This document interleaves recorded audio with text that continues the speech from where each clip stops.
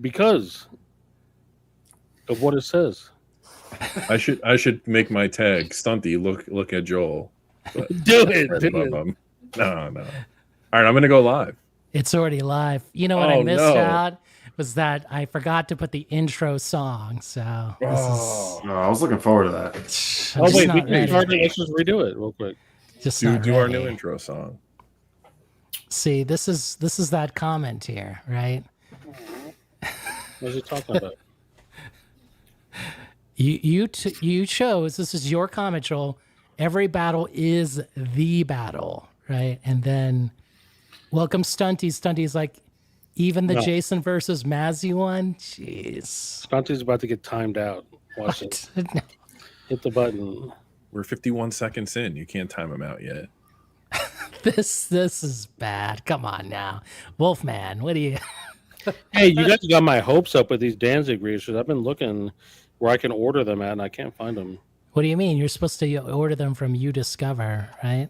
Is that I know, but I want to get them for the store. They're not.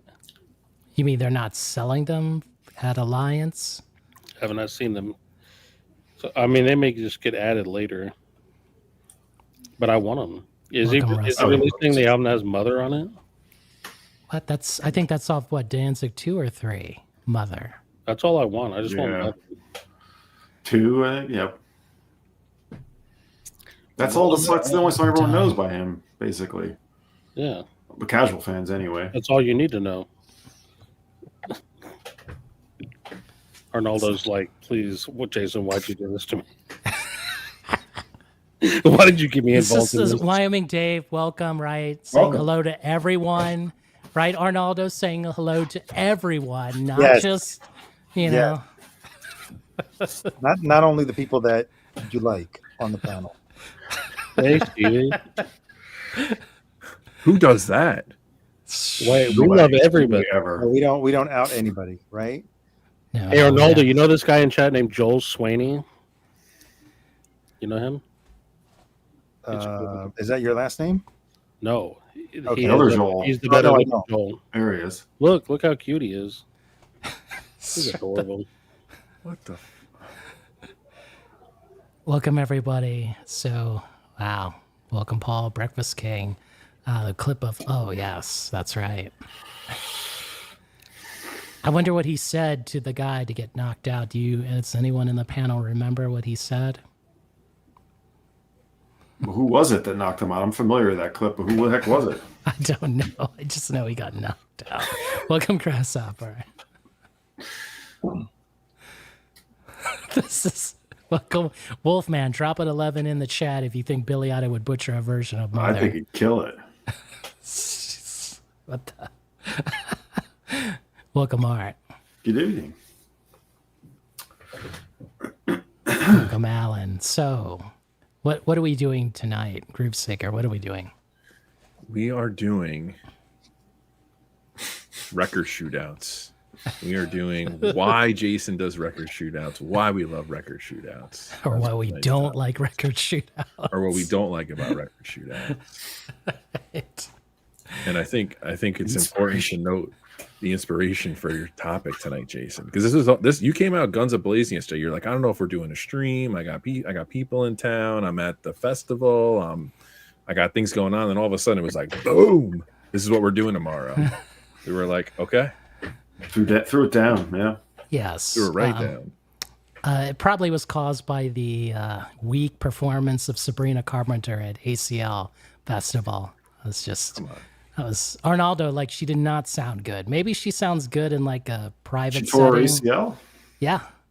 But it just really? was outdoor festival. There was like dancing, and I was just kind of like, man, maybe I'm not feeling this. That's one of the reasons why I don't like to go to festivals. Because people tear their ACLs? No, because not everyone sounds good, and maybe not even to their fault, right? Outdoor shows in general are not always the greatest. Oh, those outdoor. Is ACL outdoor? Yes. It's at Zoco Park downtown. Yeah. They had, I think, like 6-8 stages. And damn. Oh, it's that big? Yeah, Saturday, the headliners were The Strokes and Sabrina Carpenter. And so, like, Who was really headlining, the Strokes or Sabrina Carpenter? I think it was Sabrina because you know once you went on that side, Arnaldo, there was like so many people. Like I couldn't get any more forward, like deep in there. Like I was like, oh, this is Strokes dumb. probably sounded better. Yes, they actually did. I was like listening to him, like, oh man, like, is it 2001 again? Like, wow. Ask me to tell you my Julian Casablanca story off stream. Oh, Do it live. True. All true. see this here. I don't know about this. I think making videos is VC masturbation. Dom, does it date back to when you were both signed to the Ford agency? No comment.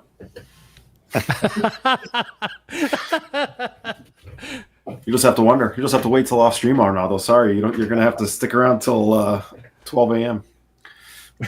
Tomorrow. Needless to say, Jason, I see from behind you, there's no signature on your Sabrina Carpenter. That's right. So the whole reason why you were going there really did not prove very fruitful. Oh, jeez. Did you bring records to get signed? No, don't do that. Don't do Chumley that. us? Because I don't have access to the backstage area of that place. There's no way. Just forgot your Sharpies, huh? That's right. Always go with the silver Sharpie. Always silver. Yes. But I think Arnaldo, I went to see Olivia Dean. I don't know if you had time to listen to her record. I have not yet. No. Fantastic. Just so good. Like, that's a pop star, could sing, play instruments. I mean, she's practically the female Stevie Wonder of our times right now. Oh, wow. Like, so good. So no Like, dance. Really? Yes. She was the only one dancing. Like, she had fun. I was like, oh man, like, this is great, you know? What's the live setup like? Is there a band? Is it just Full programmed? band. Full band. She had a full band, horn section, top of the line players, you know? It was great. Like, and then I think it's McGee. Do you know who that is? No. He's like that guitar player. I know that. Mick G or Alex G? No, the former. I think. Am I not pronouncing that right?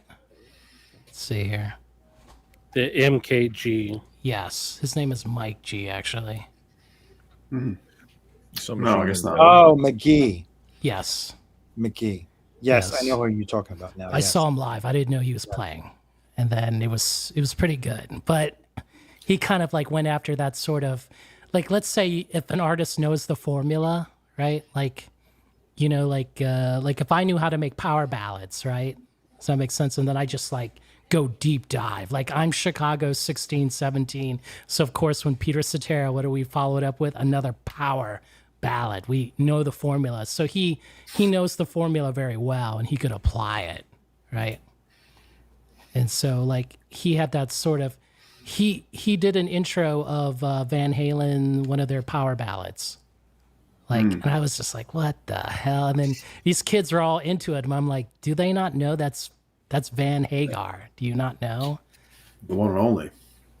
They just didn't know. So it made me think, like, man, yes. Yeah, I had no idea. It's very good live, actually, but what the what the hell? Don't be making fun of Aunt Deb concert, buddy. Don't you dare. Shit. And yes, it was very good. I recommend seeing her, like, hands down. Like, wow. Foreplay. Okay. This is a sensitive question here. Seaver will answer. Do you enjoy Rachel's yelling? Her testosterone is overpowering. Are you sure it's her testosterone? Jeez, Seaver. All right. I thought Rachel's was a very quiet band. That's what I was going to say. Very like chamber music. Yeah. Quarter Stick Records. Keep us in line, Groove Seeker. Do it. Come on. Unless we're going to play the first cut and just drive Arnaldo out of here. No, I don't want to do that. I want to know who's playing the Zohan Festival. The Adam Sandler Zohan Festival. It's great how people outside of New York are excited to watch that. Just throwing that out there. So Jason, why did you want to make this discussion tonight? Because you're pretty passionate and adamant, like this is what we're doing, and we could all just tell like there's no discussion here, like we're ready to rock on Monday. Well, I think I had wanted to do this last time, but then Joel, you wanted to do the show new music, and we did that, right? Dude, Because- why are you throwing me under the bus?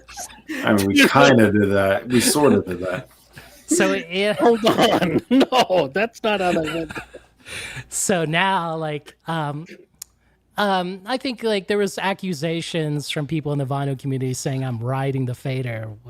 You know, I'm pretty sure they don't know what a fader is. Let's just be honest, they don't know. You're riding it, man. What I use is a mixer, and we can show it. We'll just go deep dive in here. We have something called like the main gain, which is going into, of course, my Scarlett 4i4 and then to the computer. So this will basically change the volume of the audio that we're hearing. That's true. He is raunchier.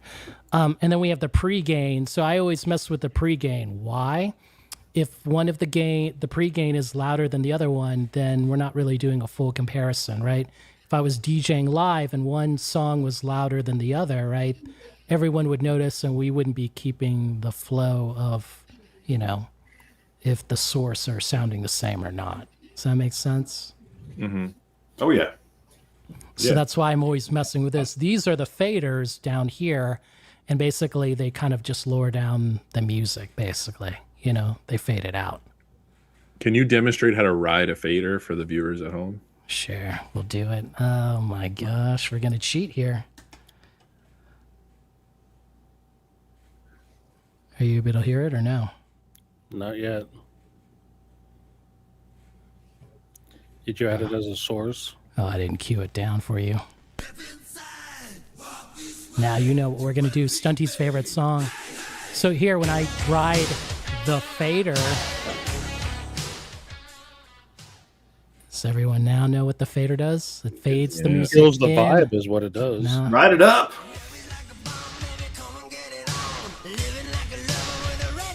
So level match, yes. So vinyl kicks, that's what the pre-gain does, right? We want to level match the two songs. Stunty. Look at this guy.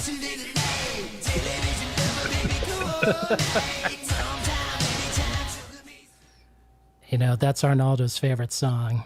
No, it's not. Well, you know where your bread's buttered, right? Man, yikes. Lisa, we all know what turntables those are, but for those that don't, what turntables do you use? What cartridges, etc.? Sure. So to piggyback Seaberg, I am using Technics 1200.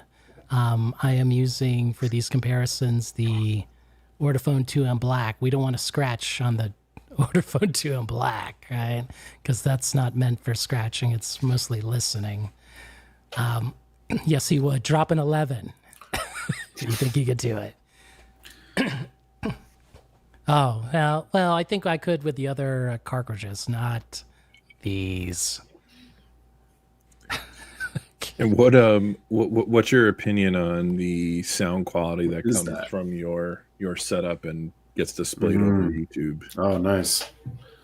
Look at the Arnaldo here. Does it have one arm? Well, Or- you can call me really bad, but that's the reason why I bought only this one out of the set. Oh my god! My God. Yeah. Ouch. He was okay with that.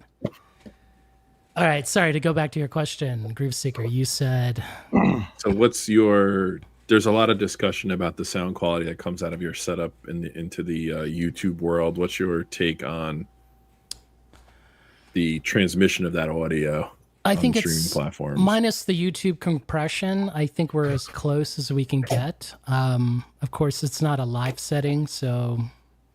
But we're not listening like to the sound of the system, like through the speakers. We're going through them straight to the mixer, to the Scarlett, to the computer, right? We're trying to lessen any, environment influences, right? Are you EQing these records at all? With No. Flat EQ. Wow. Everything's normalized. Okay. Right. There's no EQ masochists here, right? Santi is already wrong, dude. If he wasn't our friend, he would be getting timed out saying funny stuff like this. That's not right. It's a So specialty. So no EQ because, yeah, that would ruin it, right? We try to have it as flat as possible, right? Well, you bring up something interesting when you say we're not listening to the system, we're listening to the music or the output. So you feel coming direct from the mixer is as close as you can get to the source? As much as we can, right? We're not going through like an amplifier, preamplifier. Those things change your sound, right? So I'm not saying I'm against tubes or solid state or something, but it's just if you go through those like things, you are sort of manipulating the sound of it. Right? When you listen and don't do shootouts, is this the setup you listen on straight from the mixer to the speakers, or do you have a different? Yeah, definitely. So most people have an amplifier, preamp or something, then the speaker and all that. But mine is the mixer straight into Yamaha I think it's HS80M. So like big Yamaha powered speakers. So that's it. When you come over, then you'll find out. I'll be there soon. Any questions from the chat that we didn't address in Jason's setup here, or Jason, anything you want to add? Sure. This guy here. Oh, I have a question. Are we only like how many Def Leppard records are we doing? All of them, I hope, right? I was going to ask, how many Kevin Gray reshoot albums have you allowed your needle to touch? Too many, in fact. Right. Well, maybe that is painting like the vibe of the shootout. No. Making me feel. No.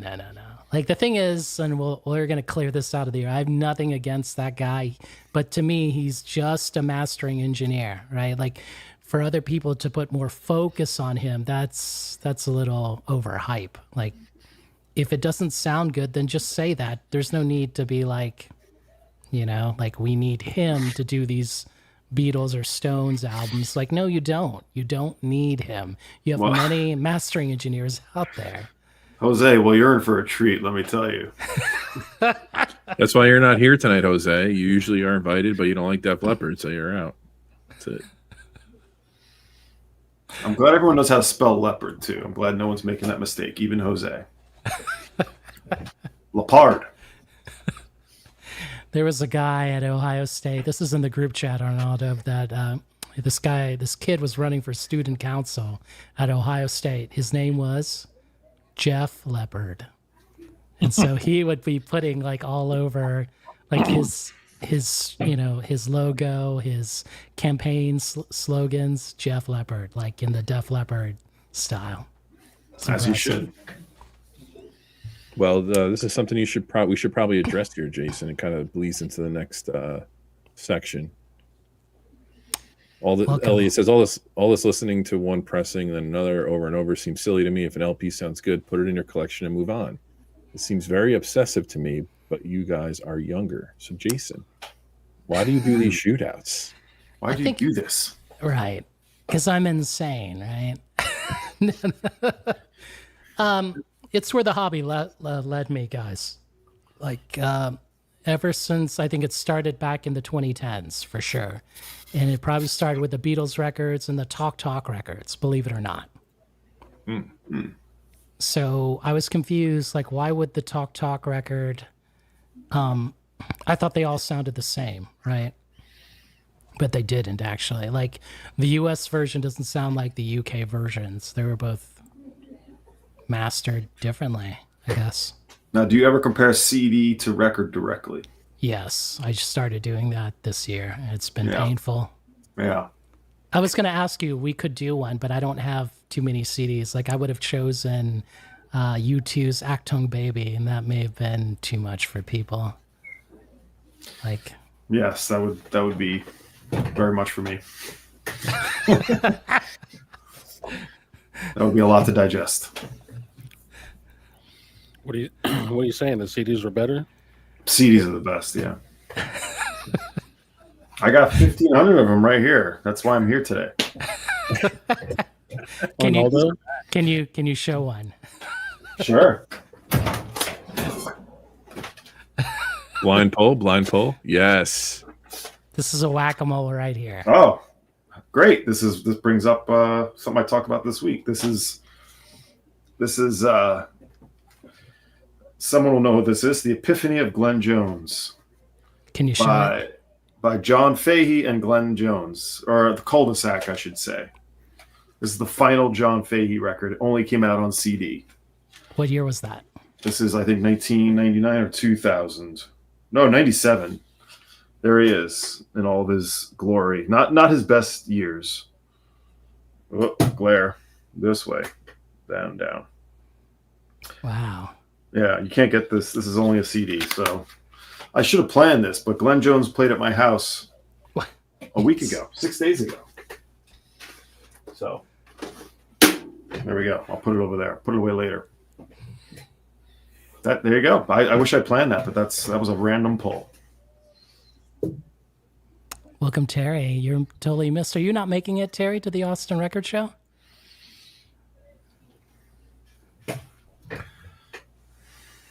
Did you ask Glenn Jones what John Fahey was like? Just curious. I did. He spent a lot of time with him. He was as cranky and as difficult as you might think, essentially. So he'd fit in well with the VC, right? Yes. Oh, yeah. He should have been doing videos. Yeah. Oh, totally. He was a real curmudgeon through and through, is what he said. All right, Groove Seeker, you need to ask Arnaldo at least a question. He looks pissed.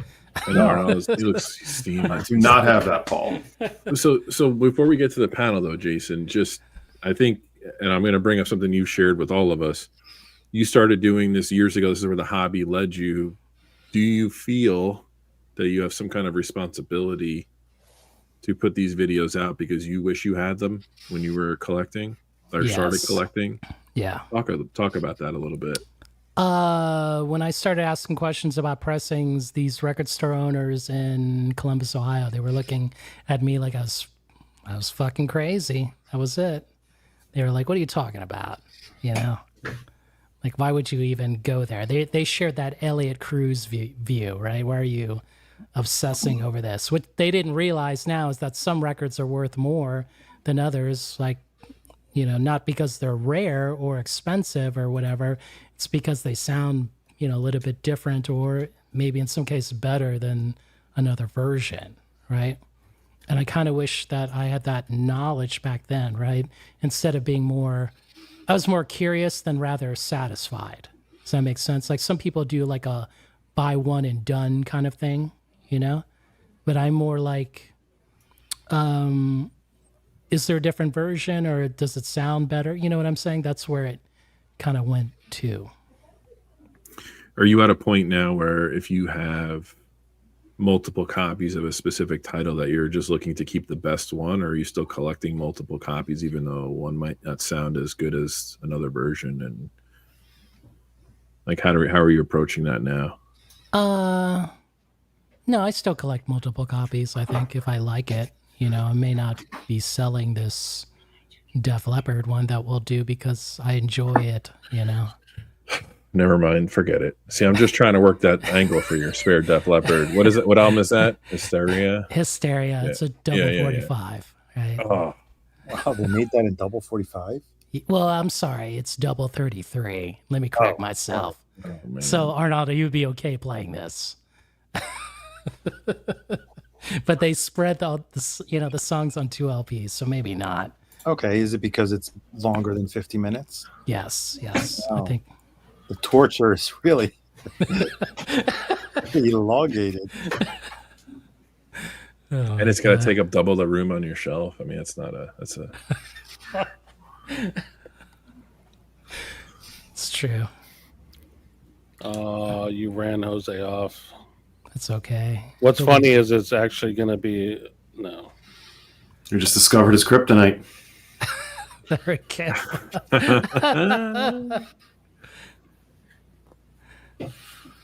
So for the welcome, Tom.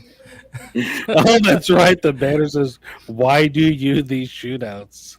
Oh, I'm sorry. Do you want me to fix that? No, I can fix it. No, High Ranch.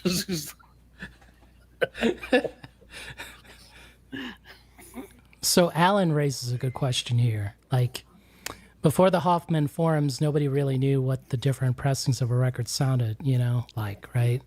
Unless it was an import. And that's the thing. Like, so I think, Alan, correct me if I'm wrong here, like the Hoffman forums started out, in the 2000s or the late 90s, I think. And that's when I started reading them. And that's when I started hearing about this guy named Fremer, who was like, ugh. Back then he was even too much, How could that be?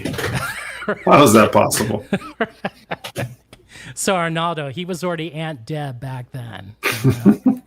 As if the Hoffman forums is a reliable source of information. I think back in the past it was, for It sure. was? Okay. Oh, yes. Like when, believe it or not, when All Steve... the spectrograms.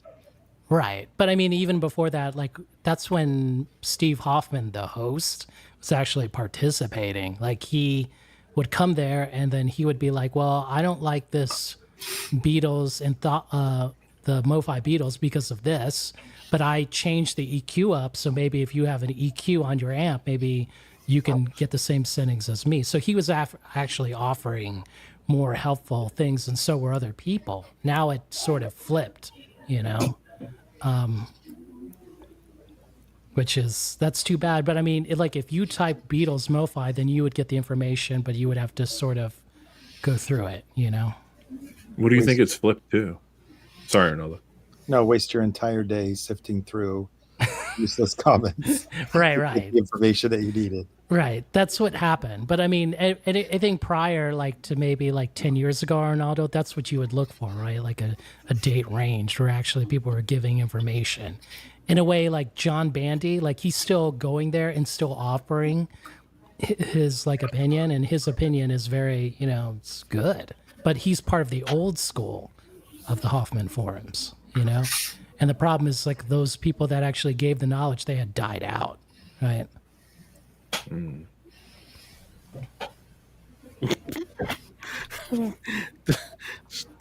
Oh my God, Stunty. Can you put Stevie's comment up? Because I'm curious if you know about that.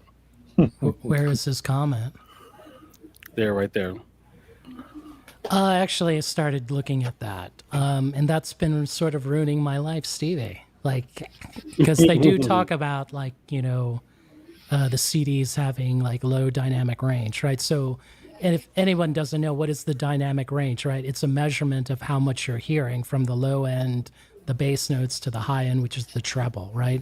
So the higher the number in a way, like it's better, right? Because you're hearing more. And then of course the lower number means like it's brick-walled, right? It's compressed. Now, who's doing this database? I'm not familiar with this. Stevie, you need to put that link in the chat if you can, please. That sounds like real Pandora's box. It is. So when they did the measurements for that, what's the Metallica record that's so bad? The Saint Anger, of course. Yes. Like if you read that, like Arnaldo, like that would be a fun thing to like look through when you look at the comments with the dynamic range and all the comments on that. They're just like, what is this shit? It's like this wide and like, blasted all the way up here. Right. They're like, who does work like this? This is, Bob Rock. Well, no, Bob Rock was the mixer, but whoever the hell. I can't believe who was Joel. You haven't seen some kind of monster. They liked when they released it, right? Yeah. That the artist had approval. We're not going far back to the 60s. I mean, I'm sure the artist was involved. Thank you. So what's your question, Dom? Was it some kind of monster? Or Chris, you haven't seen it. It's queued up now. I promise you I'd watch it. Must watch. Must watch TV. Like Bob Rock is sitting there and he's trying to like, I think like get them to play music, and then you have him, right, the producer, then you have the therapist there, and this Lars's like dad is like, delete that. Right, this is wrong, right? That's too many cooks in the kitchen, right? Oh, it's a calamity. It's a calamity on top of a calamity. Yes. Oh, I've heard of that. I've heard of that one actually. Isn't it? If it's from a certain year, everything's brick walled, right? If it's from like 2003 to 7 or 8. Yes, I think it's kind of like finally ended a bit, but I think still, in a way, like what streaming sort of replaced all that loudness on the streaming end. That could be, yeah. What does brick walling mean? Oh my gosh, I'd rather play it than talk about it, so you would know. Like, there's only one way to hear it. Like, it just sounds very compressed. Like they want to turn it up louder, and in order to do that, like you're raising the frequency. Like I would have to show it to you and then play it. And it has zero dynamic range too, right? That's part of it. Correct. Yeah. But it's blasted the fuck up.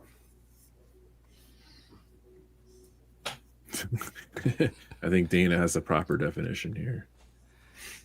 Welcome, Kimbo. If it's Saint Anger, you probably definitely did that. Yes, there we go. Oh my gosh. So Tom has it right. Brick walling has very little dynamic range. So what is dynamic range? Like I said, you're able to hear the lows and the highs, right? So how do I say this? Like if you're listening to a guitar, what does the guitar sound like? It should sound in a very trebly tone, right? You wouldn't, and a bass should sound like a very low tone. You know what I'm saying? But if you try to change that, manipulate that, you know what I'm saying? Then the thing is, like, you go to a live concert, you're going to hear a guitar as a guitar, right? You don't want to hear it as some sort of flat thing, right? So it kind of just takes the character out of the instruments, basically, to try Correct. to get the sound amped. Got it. Yes. So I think Stevie says it best here, like, it's no dynamics, no headroom, no clarity, no punch when it's a brick wall, right? Just flat. Okay. Just smash you in the face. Stevie went to school and studied that stuff. We should have him on here when he's ready, you know? Could do that. So is there an era of music where everything was brick walled and people have gone back and corrected that? Is that a second part of the question? Is that a recording technique or is that a mastering technique? I think it's a mastering. As Dom said, that was what, like 2000s? 2000. It was around Yeah. 2000 to maybe 2003, 4. Well, Saint Anger came out. I mean, that one I have experience with because I remember there being all these people creating custom mixes of non brick wall, in the red sort of compressed version of it. I think they're probably still out there because that thing was. I think that's like the big example everyone gives for this bad trend, the loudness wars. And some people prefer the CDs. So, for example, some of the issues that came out in that period, some people prefer the very first generation of CDs that came out, which had a lot of flat transfers. And some people didn't like those because you can't do a flat transfer to a medium that is totally different than vinyl. And then they reverted back to the probably inferior ones, but they were certainly better than the ones that were brick walled because everything got boosted. Everything was like compressed. And now the ones that were mastered that way may or may not have been remastered again in the proper way. Because now to get CDs remastered, it's not really that much of a thing anymore, right? It'll come out only because there's a new issue. But whatever got mastered, I don't know if Saint Anger, for example, ever got remastered. I don't think it did. There's only one way to find out. just by like kill 'em all 392, at hotmail.com, whoever. Yes. Right.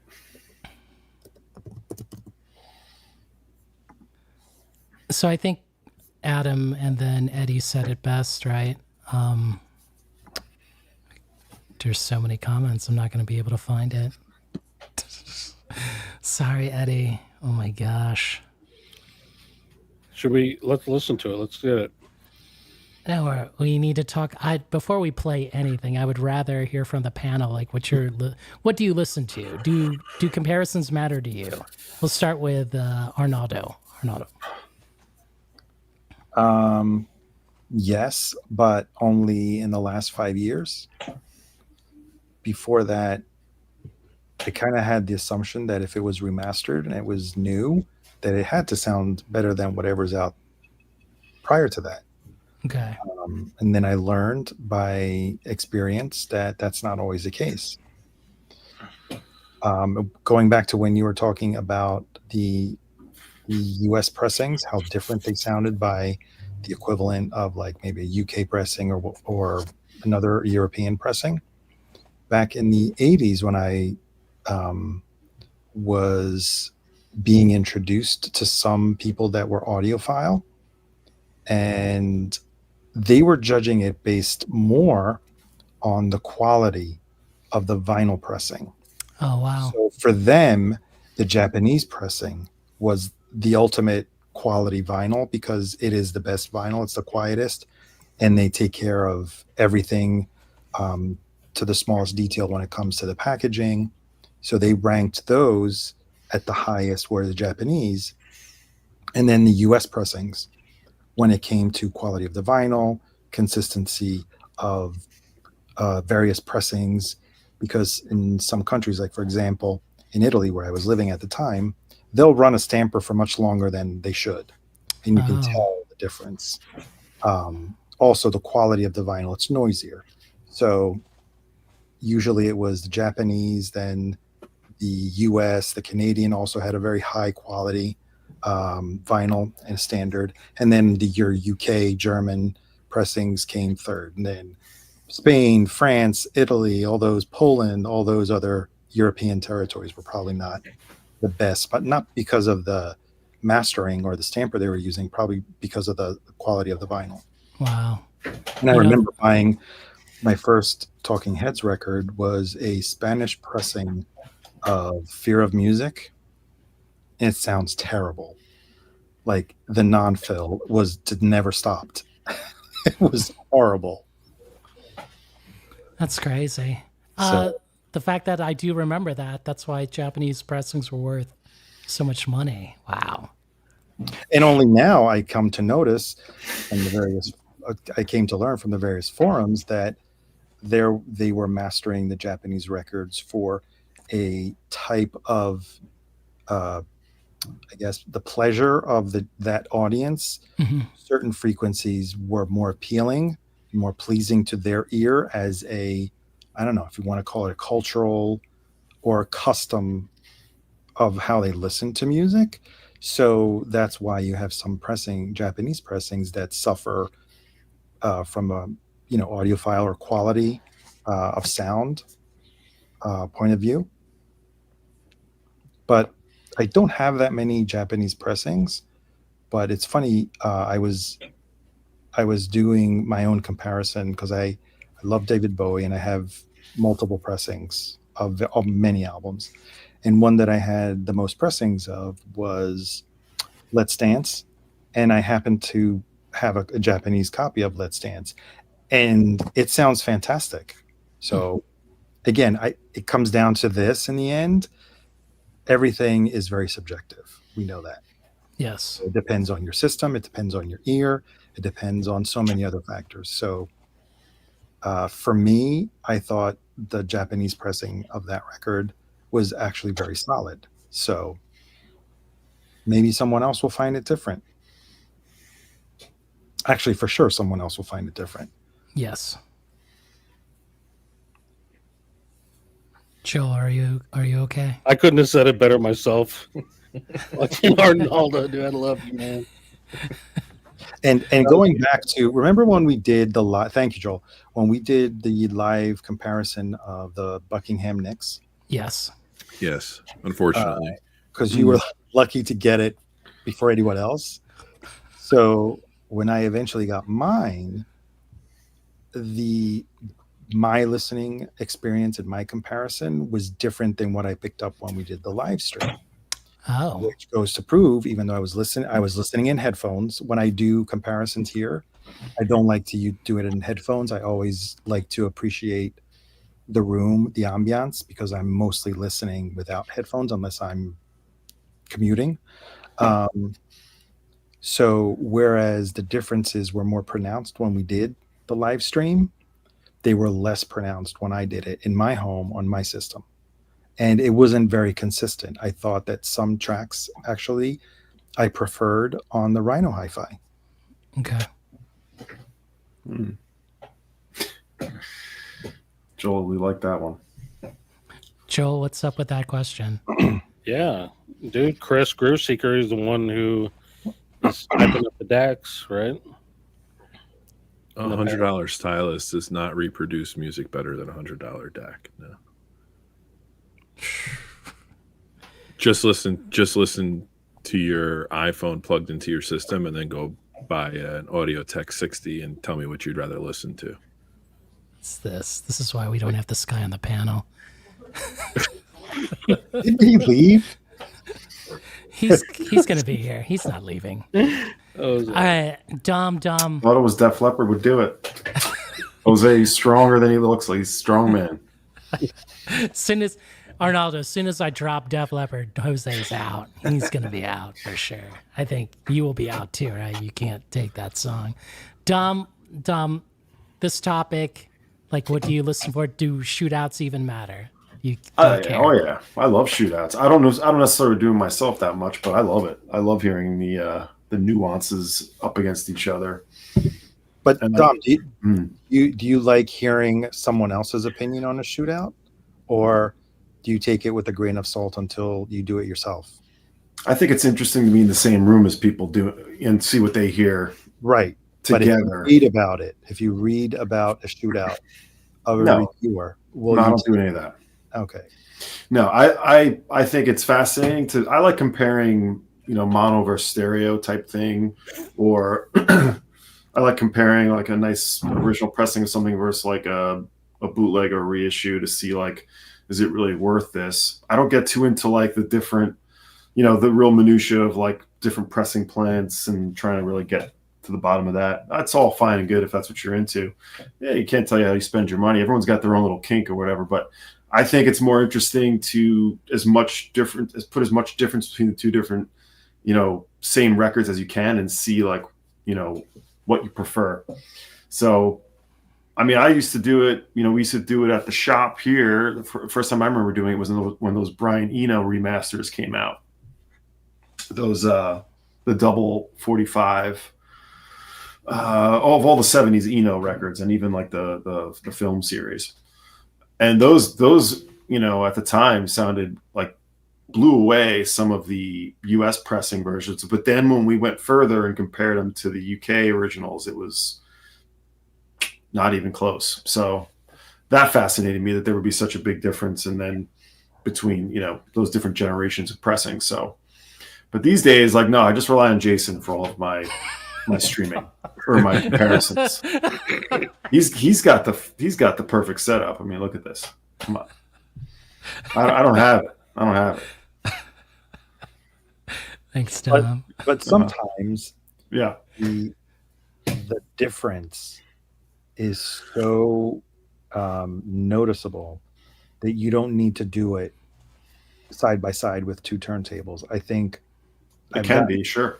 Of course, I'll go back and forth quite a few times to make sure that I heard exactly what I heard, because, I mean, unless it's glaring, your ear has only a certain memory, I think. Yeah. To remember the nuance. It'll get the whole feel of it, right? But there's times when I have to switch back and forth, get up and down and flip the two records. Whereas, like, am I hearing that bass exactly the way I hear it on the other version? Or, because when I do it that way, I have to compare first the overall feel, and then I start to isolate the parts. One of the things that I isolate first is the bass. You can tell that's the most noticeable one. And then the voice, the vocals, where they're placed in the mix, and then the separation. The separation of the instruments as well as the soundstage also can be very apparent, especially the separation of instruments. Mm-hmm. So it is definitely so much easier when you have the capability of just flipping back and forth. simultaneously like Jason does, it makes it a lot easier and a lot quicker. That's for sure. Then the more you do it, the better you get at sort of like differentiating things. Like I remember when we first were doing it, someone would be like, "Oh, I think I hear the keyboard a little better," and everyone's like, "Yeah, I hear the keyboard a little better. That's it." And then this next song is like, "Huh, Eno's vocal sounds like really present on the." Yeah, I was gonna say that. Everyone's it seems like a yes man type atmosphere sometimes, but the more you do it, the more you train your ear to hear the nuances. Yes. But it all depends on what you're listening for and what you care about. Because you may, if you're a musician and you really want to hear the clarity of the guitar, you may say, "Oh, I prefer this version because I can hear the guitar better." Or I can say, "No, actually, I the voice sounds buried, so I prefer this version." So even there, it becomes a matter of taste. Oh, definitely. It's almost like this whole thing is completely subjective, right? I mean, it is always subjective. Yes. How dare you? Well, I just want to thank everybody for coming to the stream tonight. Isn't like everything we're talking about subjective? Isn't this all subjective? Should I say in the group chat? Should I say my quote? Should I say it, Joel? Yeah. No, Joel, you're wrong. My ego is bigger than my record collection. I'm gonna be a VC blowhard influencer for the rest of my life. You know, Definitive statements only. And guess what? There's times when I like both, but for different reasons. So that's the time, because I've been going through. I'm only keeping one copy, the one that I like the most. But then there's times when, but I like listening to this when I put on the MOFI version, and then I like to listen to this when I put the original on.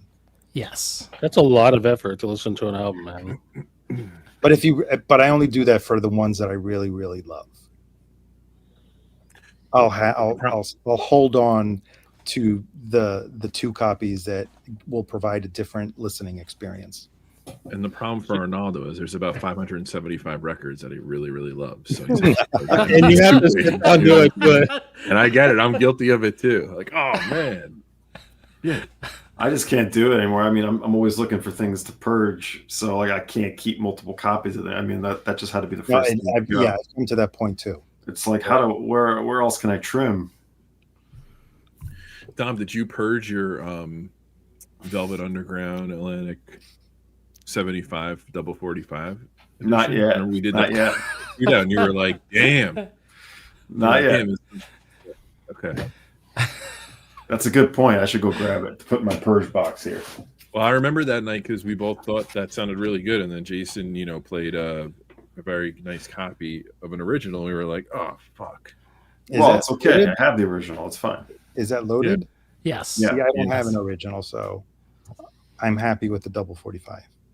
Yeah, and my thing is, like, as much as I love that album, how many times am I going to listen to that for the rest of my life, or I need to go spend an insane amount of money? And you make that argument. Clean OG. You can probably make that argument for every single record that you have in your collection. Exactly. Because you can't listen to all your records all at the same time. Truth hurts. Yeah. Look at this guy. Welcome, Rob Walker. This comment. Do you see this, Arnaldo? What is this? Just how to get you. So to answer, welcome Cesar. Good news. We will not do any Steely Dan shootouts in this video. So just Def Leppard. But even better news, Def Leppard is on the docket and it's happening. All right, Joel, do you have anything to comment on this, Joel?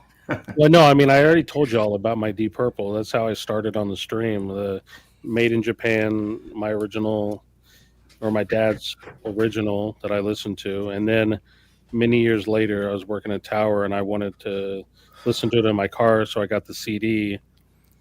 And I immediately knew this was not the album. The only difference is that didn't inspire me to like double check every album that I had, just that one. But I knew early on, even if I couldn't describe it, that there was something wrong. And we are hearing Pyramid. I want to hear Pour Some Sugar. It's not. I don't know why we keep screwing it. Yeah, it's what the it's Hysteria. Yeah. Yeah. But yeah, he's been cock blocking us this whole time instead of just rocking out to the song. If you just put it on. Yeah. All right, Groove Seeker, what's your opinion on this? So many years ago when I worked at a music store when I was a kid, I bought my dad like an Elvis CD box set, and I gave it to him, and we were listening to it, not like focused listening, like he just put it on. He's like, something doesn't sound right about this. And I was like, I don't know what to tell you, dude. Like, I'm sorry I bought this for you. You know, I was like, really? Like, what the fuck? And he's like, something's not right. Something's not right. And I was like, what do you want me to say? He's like, I don't know. He's like, it's fine. He's like, I'm happy you got it. And my dad wasn't like an audiophile. He just grew up in the 70s. So he has a different perspective on how things sound. And I really didn't understand that statement until I started getting exposed to these side-by-side shootouts. Right. And I'm not saying that comparing CD to vinyl. I'm just talking about like how different versions of albums could actually sound different. Absolutely. I don't have a lot of records that sound bad. I think what I look for is an extreme. Like, does this sound like total shit? Because you can just pick up pressings. Like the most recent one that we all suffered through, or most of us suffered through, was the Fleetwood Mac. Super Drag. No. Besides the Fleetwood Mac, the Super Drag record. Like I knew the second I put it on, like 3 minutes in, I was like, this is like terrible. So try to discard that. But to me, it's like a niche part of the hobby where I enjoy it, kind of to like nerd out on it, but I can't say that most of them influence or discourage my buying decisions. Like I'm not going to say I'm definitely not getting this pressing because, you know, the original sounds that much better. It becomes like this XY axis of how much better does it sound versus how much more does it cost. And then everybody knows, you know, I'm really picky. Like it's got to be VG plus near mint, otherwise I'm not bothering with it essentially. So I take that into consideration. Like if I could find a clean OG that sounds better, I'll go for it. The other thing too is, and I'm glad you brought this up earlier, Jason, is I feel like my equipment has a very distinct sound. I know that when I put a record on my equipment, it's going to sound good, even if it's a subpar version of that album because of all the steps it goes through. So like, it's hard for me to listen to the shootout that you have. I don't, to Ronaldo's point earlier, he doesn't get that same experience because his setup's completely different than yours. Yes. And completely different can be one component. Like that's it. I don't think people understand that. It could be one component, a different cartridge, moving magnet versus moving coil, like phono preamp, external phono preamp. There's a million things that can happen. So, but I do enjoy it because it's fun. Just to add to you, sorry to interrupt. That's okay. Also, the time of day that you're listening to something. Yes. You know, your ear gets tired. Very tired. Especially when some of the reviewers say it sounds fatiguing to the ear, because it's true. Your ear does get tired throughout the day. So your ear may not be your hearing may not be the same in the morning as it is in the afternoon or in the evening. 100%. And I have these days where I'm like, I'm going to listen to these 6 records. By the 4th record, I'm like, I got to stop. It's like irritating sometimes because you do get that fatigue. But yeah, this is the thing I love about the shootouts personally. Well, first off, I don't love all shootouts. I like shootouts that are not a narrative or a write-up. I like shootouts, and they're rare to come across where it's a side-by-side, and I just make the decision for myself. And I don't always agree with the comments. I don't always agree with the person doing the shootout. I just know that, hey, like, I think this sounds better. This is why I like it. And it's just another dimension to the hobby that's interesting. What bothers me the most is that, and Arnaldo, you put this so perfectly right at the beginning, just because it got remastered doesn't mean it's better. It's not. Unfortunately, it's not true. Sometimes it is. Sometimes it isn't, but it's not definitive. It's not a rule. You have to kind of do that self-discovery yourself. And to a lot of our comments, like, sometimes it doesn't matter if the original's that much better. It's not worth the effort to go get it. So, unless there's an exception to what you said, Chris, and to what I said, unless we're talking about Kind of Blue, you never have the best version. Get out of here. Never. The best version isn't good. Now, the other thing too to keep in mind is, so I'm not an engineer, but the remaster question comes up, and I always think I think a remaster is a remix now. I think that the mastering engineer has such authority in these reissues that they're actually changing the sound of the record completely. And if you can't hear that, I'm not really sure you should be actively listening. You should just be happy with what you have and not buy into the hype and just go with the title. But to me, it's some of these mixes are they just sound completely different from my perspective. Some of that could be historical bias, how I grew up on it, you know, what versions I heard, whatever the case may be. But there's some the engineer has become the focal point rather than like the music becoming the focal point. It doesn't discourage me, but it confuses me when I hear people talk about it. I'm like, I'm not sure if they really get what they're listening to, you know? Yeah, like aren't they supposed to be mastering for an accuracy or for like a clarity, or just not even clarity is the wrong word, but they're not supposed to be putting a stamp on it necessarily. Or I mean, but the Marquee Moon, I suppose, is a good example of that, where all of a sudden we're hearing different things. Yes. Is that what we're supposed to hear? It's a great point, Dom, and it's strange to me because I feel like, well, out of all the art forms, I feel like music gets it the most. And I'm not really sure why that is. I don't know if it's a sales tactic. I know you can restore films, which has some value.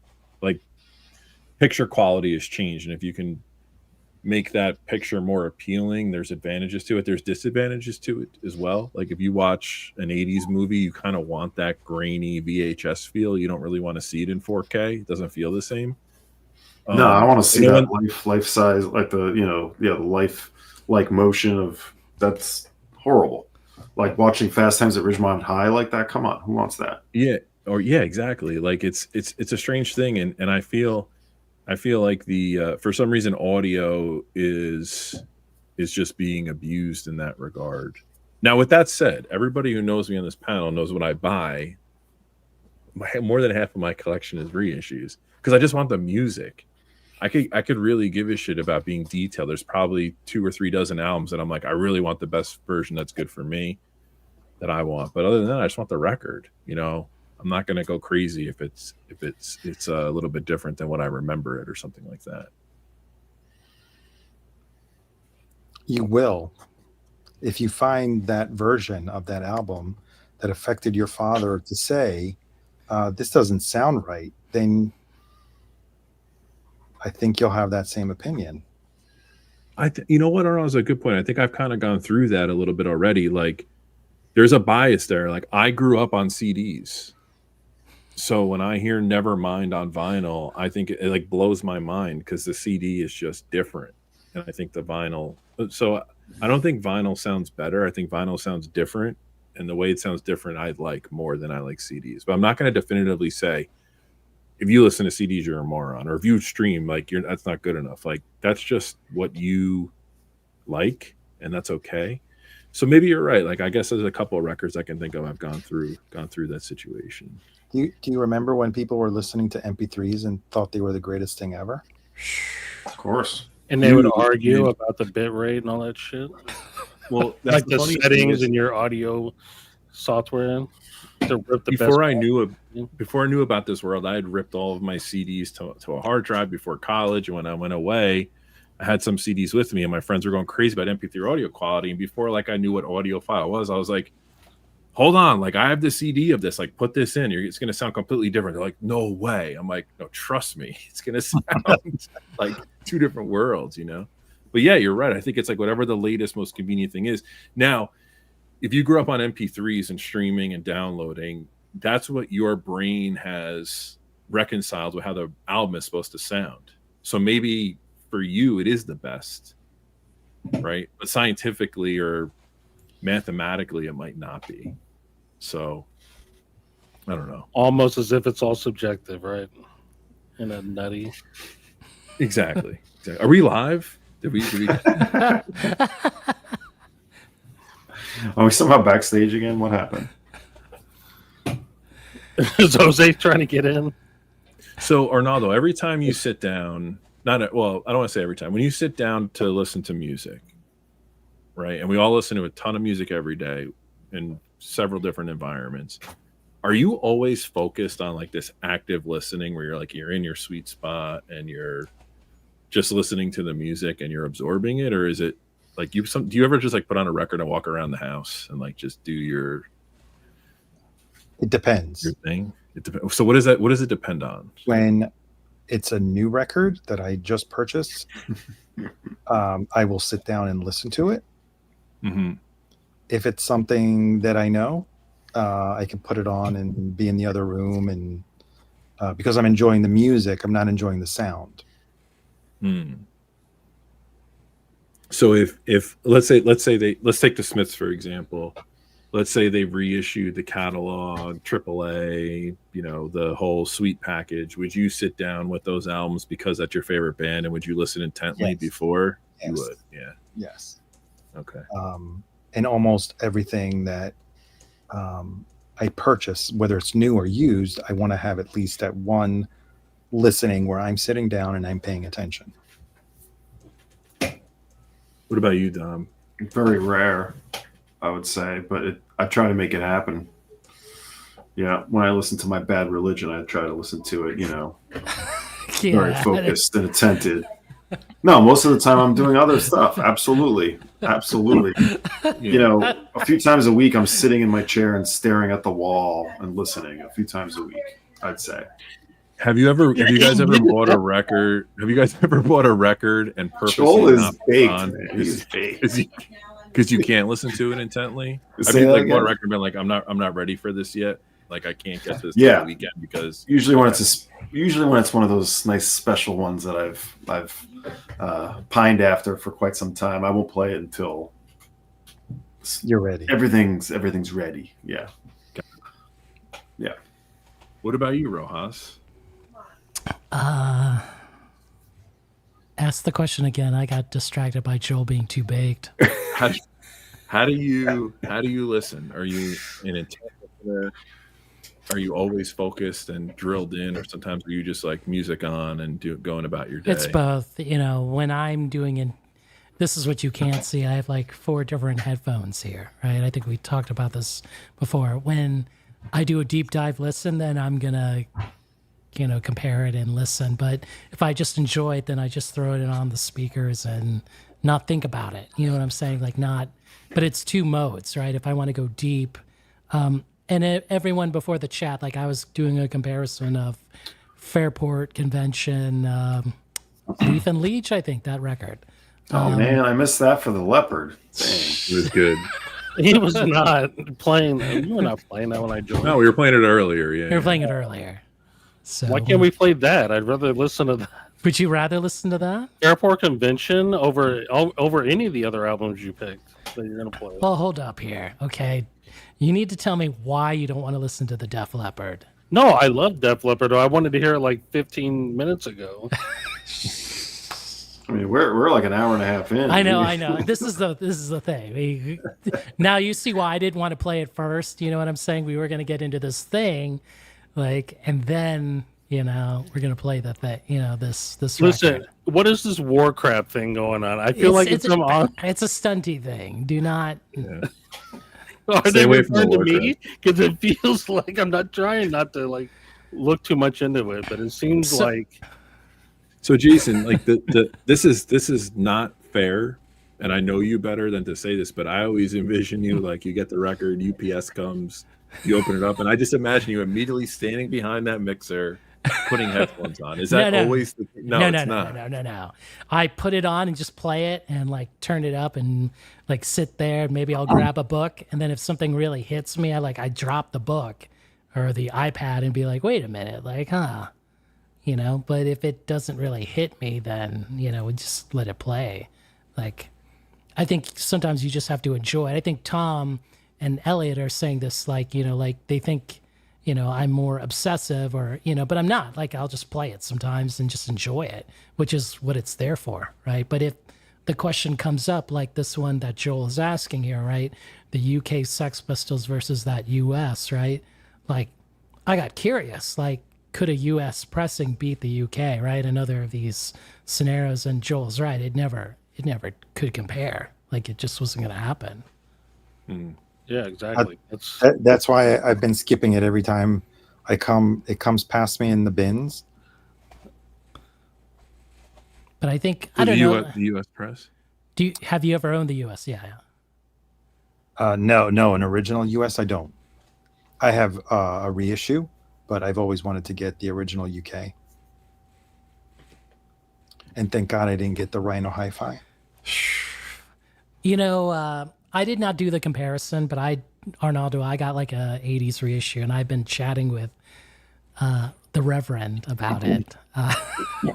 And he was saying, I think, Rev, if you're still out there, you were saying don't be too harsh, like, because the Rhino Hi-Fi beats the US pressing. But when I compared that 80s US pressing with the Rhino, like, yeah, like it seemed like that, I hate to say it, like it seems like Kevin Gray got the 80s tape and then he was able to just remaster that because it sounded a bit brighter than the 80s tape. And I was like, wow, that's messed up. Like so he was already given like a defaulty copy. You don't know what source he's working with. Right. He's not going to ask either. He's just doing his job, and that's fine. And Jason, you've done a really, despite popular opinion, I think you've done a really good job on these shootouts of here's the two records, you make your decision. But Yes. There's been an assumed relationship you have, let's say with a series like the Rhino Hi-Fi, right? So are you buying those Rhino Hi-Fis and just throwing them on and just hearing it and something standing out to you and you're pausing? Or when you get something like the Rhino Hi-Fi, you're like, okay, I'm going right to the shootout. It's actually right to the shootout because Rhino Hi-Fi, I don't believe in them. I don't trust them. Like, there's too much overhype. So, Arnaldo, this is for you. Like, all those people that we mutually know, they've overhyped it too much, right? And so I have a hard time trusting their judgment on it, So that's why I don't just listen to it. Like, that's the exception. I immediately go to the comparison. You're going into it with the intent to prove your theory. Yeah, but it's not to prove, like, say which one's better. It's just like it's going to sound different, right? Right, and it all depends. And I just want to say one thing, that it may not be deliberate, because every mastering chain has its signature sound, right? Yes. It may be that, and if you pay attention, there is kind of a smoothness to all of the Rhino Hi-Fi. Yes. I don't disagree with that at all. So I it just agree may be the characteristic of that mastering chain. And I don't want to say that it colors it in a certain way, but without additional tweaking, right, automatically it's going to sound different coming out of that mastering chain. Sorry, I'm enthusiastically agreeing with you because I'm on the same page as you. And I noticed it when I was listening. Forgot who did the playback of the Sex Pistols. Was it you, Jason? Did you do the Sex Pistols? Yes. Was it the video? I think, or maybe you dropped it in our chat or something. I remember listening to it, and I noticed that it kind of started sounding like some of the instruments have that sound that is familiar to the same sound that I've heard on other Rhino Hi-Fi reissues. I could be imagining it, but I think it's inherently, how do you say? Maybe I should say it's inadvertently coloring or maybe giving that type of sound to all of the records of that series. So I have a comment on this, and I don't know how accurate I am, so I'm going to say it take it with a grain of salt, but there is a template that certain master engineers use. So this is also part of my concern, is that these guys are so busy that they've industrialized the process. Like, your title is mastering engineer. How do you industrialize a process of mastering something? because not every record can be mastered the same. And like to your point, Ronaldo, like I'm you guys know I'm a huge Tone Poet fan, and I have originals or early pressings of some of those Blue Notes that I kept or I moved off of. The way I described it to my friend was all of the Tone Poets sound like Tone Poets, but all the originals sound distinctly different from one another. Like even in the same series, even though they were all pretty much cut by Rudy, right? Like there is an equalization. Not speaking from a technical, this is just like a description for me, like an equalization of that series where like you know what you're gonna get when you get a Tone Poet. And that's the thing that boggles me, because like Art Blake, Lee Morgan's, I don't know, pick any two Tone Poets. Like those weren't intended to have the same equilibrium and the same feel. When those records came out, they were distinctly different, but the Tone Poet kind of levels them out. Now I'm a fan of it because I'd rather buy a $35 reissue than go try to seek an original that's super clean for hundreds of dollars. I'd rather have the music. But I can see the argument on why people get discouraged by that approach, because it just kind of neutralizes everything. And you can get that same feel also when you listen to the MOFI reissues. Yes. Unless 100.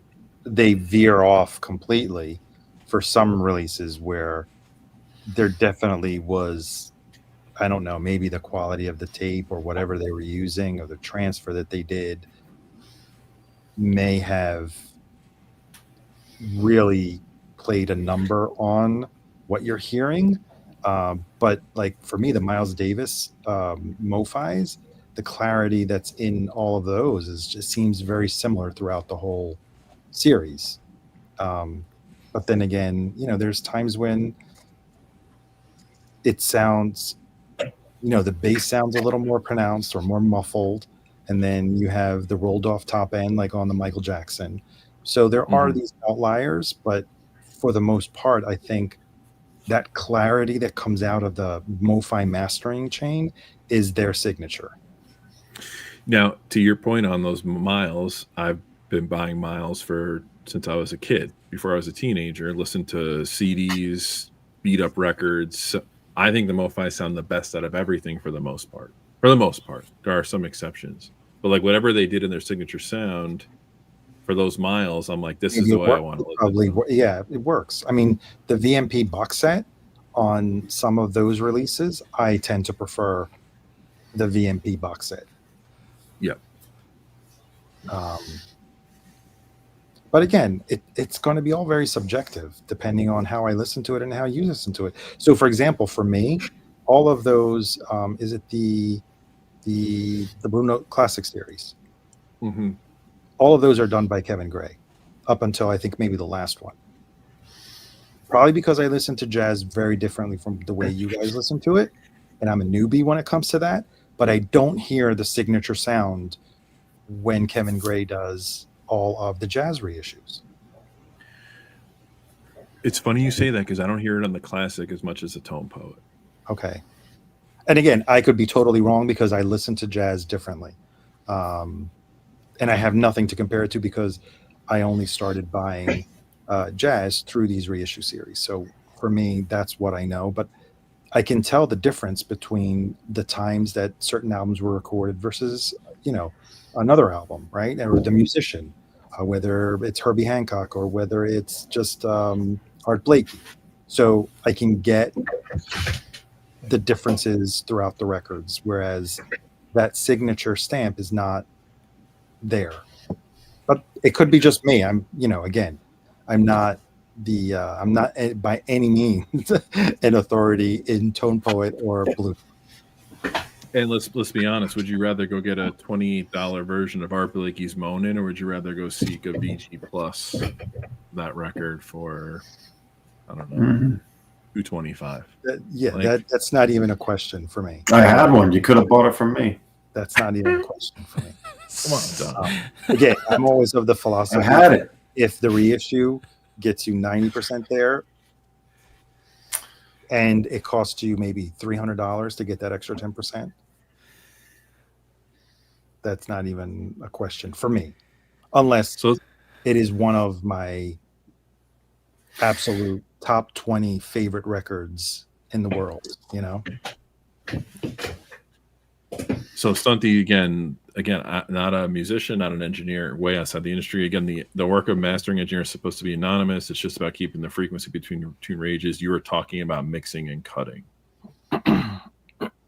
Well, I'm talking about, you're right, Stunty, but I'm talking about a fingerprint that gets marketed as the best thing ever. But in the Rhino Hi-Fi series, the mastering and the cutting is done by the same engineer. Correct? Yes. I think for most of them they are. Yeah, So- they're mastering for vinyl. They're doing the cutting. Yeah. Which is not always the case. You'll have some cases where you have the mastering engineer who provides a file or a master tape that is then cut. Well, if you're mastering for vinyl and you're doing it all analog, you should be cutting the lathe. You should be cutting the lacquer. Yeah. At the same time. Yeah. That's the whole thing. Like when we paid our mastering engineer, I watched him cut the lathe, you know.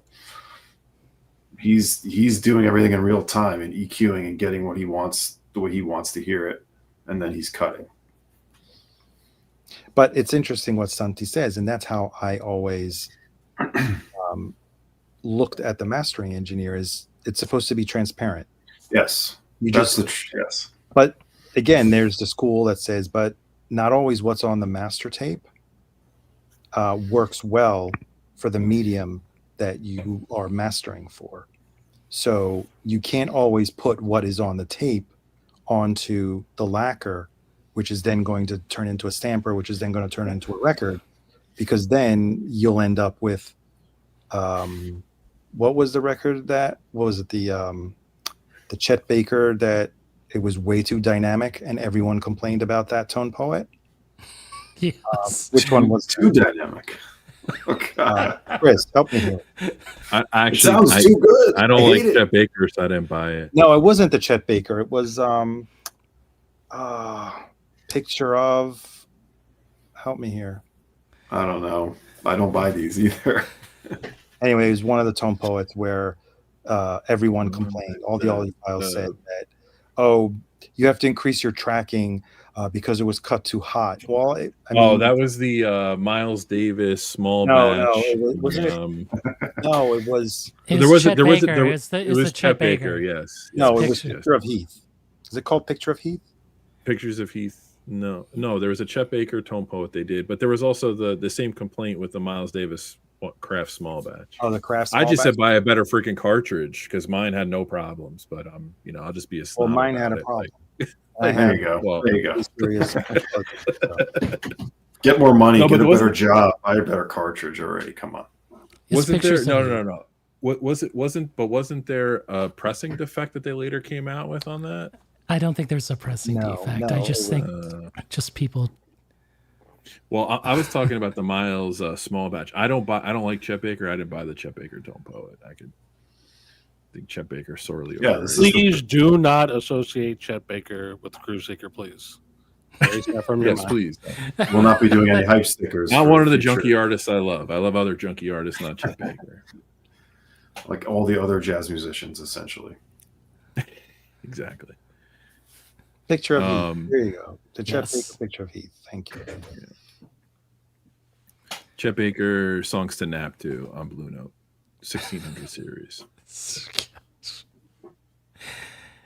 Okay, are we Group Seek? Are we on? Like, did we cover most of the topics? I think we're like hour 18. Like, Yeah, we cover most. we don't have to cover them all. Like, maybe okay, then cover a we're few good. of them.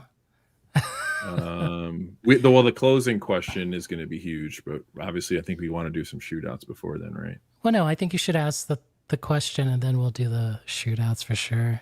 Let's not, because I know like Dom and Joel, like look at them, they're like waiting for Def Leppard. Like honestly, like Yeah, I mean, guys on the panel, like if you don't want to listen to this, I'll throw in the other record. We could not. We do already this. heard Def Leppard. That's the let's thing. hear it. I'll stay for the last question. Okay, do the question. So Group Seeker. this is kind of the anchor of the whole stream, I think, historically speaking, all of us offline in our private conversations. But can you really trust a shootout that provides no audio samples? Yeah, we're gonna do a poll. So let me get the poll up. How about that, everybody?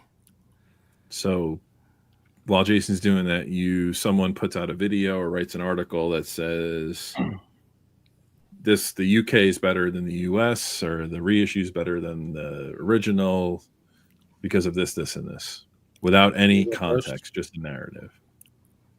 Okay. They've established trust. I And can answer. if you go first. no, you go, Joel. Go ahead. It's okay, Tom. Come on, Joel. You've been wrapped up in the chat. Come join us. No, like if someone, exactly what probably Dom was going to say, we can say it together, as long as it's from a trusted source. That you have to build up over time. You don't just you don't just hear from hearsay. But if you've had someone who's got a good track record for recommendations, then they build up the trust. You know what I mean? Now, can someone build trust without audio samples? I don't think so. Because at some point you need to, like, later on they can, once they have the trust, but the part of the building of the trust is giving us the actual proof without having to go get our own, put it on the play it. Then if you build some trust and you want to do a lazy one down the road, I'm more likely you really need to hear these things yourself to ultimately decide. Yeah. I mean, Jason is doing a great job of comparing them and putting them together side by side. And I can come up with an opinion, but I might feel differently if I was in the room. But this is the best we can get in this format, in this scenario. So it's with a grain of salt in a sense. One thing I will argue with Jason about later on is he says that doing them side by side like he does it is always better than back to back. And I think that sometimes it's so different that back to back is fine. It works. It's just when they're really close together that it makes it harder. I agree with what Joel says. And I also agree with, again, if you trust someone that has proven to be compatible with your real life experience. So basically, if Jason tells me this version is better than that version, or this version has these characteristics over that version, and I have both, or I end up getting both, and then I verify, yeah, he's right about that. And then I guess you build, like you say, Joel, build the trust. So for example, I bought this because this was on my list of things that I wanted to get. This is the third box. Big Star? Yeah, the one that was remastered from the reel. I forgot what reel it was. From the working reel. I forgot what it is. And Jason said, and I was going to sell off my still sealed 4 Men with Beards, because 4 Men with Beards has never had any track record of cutting good records. So what did I tell you? What did I tell you? I was like, why am I opening that? What? That Chelsea girl is amazing. Come on. And I show this, and he's like, no, the 4 Men with Beards is better. So now I have to crack that open and verify for myself. It may be a different listen, and Jason may think or prefer the 4 Men with Beards, but the intention of when they assembled this, it was the original engineer, was it Larry Nix who did this? Yes. And he went to, I forgot what recording he went to. So I guess even though I kind of trust Jason's opinion, I went to the extent of buying this on eBay. And what am I going to do now? Not listen to it and compare for myself? But I was ready to sell that other one without even opening it. And you know what I told you, right? Don't do that. No. I know. Now I got to compare. I was wondering why when I sold my copy of 4 Men Third, why it went for like $60 and everything else went for like 10. It's because it turns out. Did I tell you about it? It turns out. Yeah, we talked about this. Yeah. For everyone in the chat, it turns out they got the tape. And right, but this guy went directly to the original reels.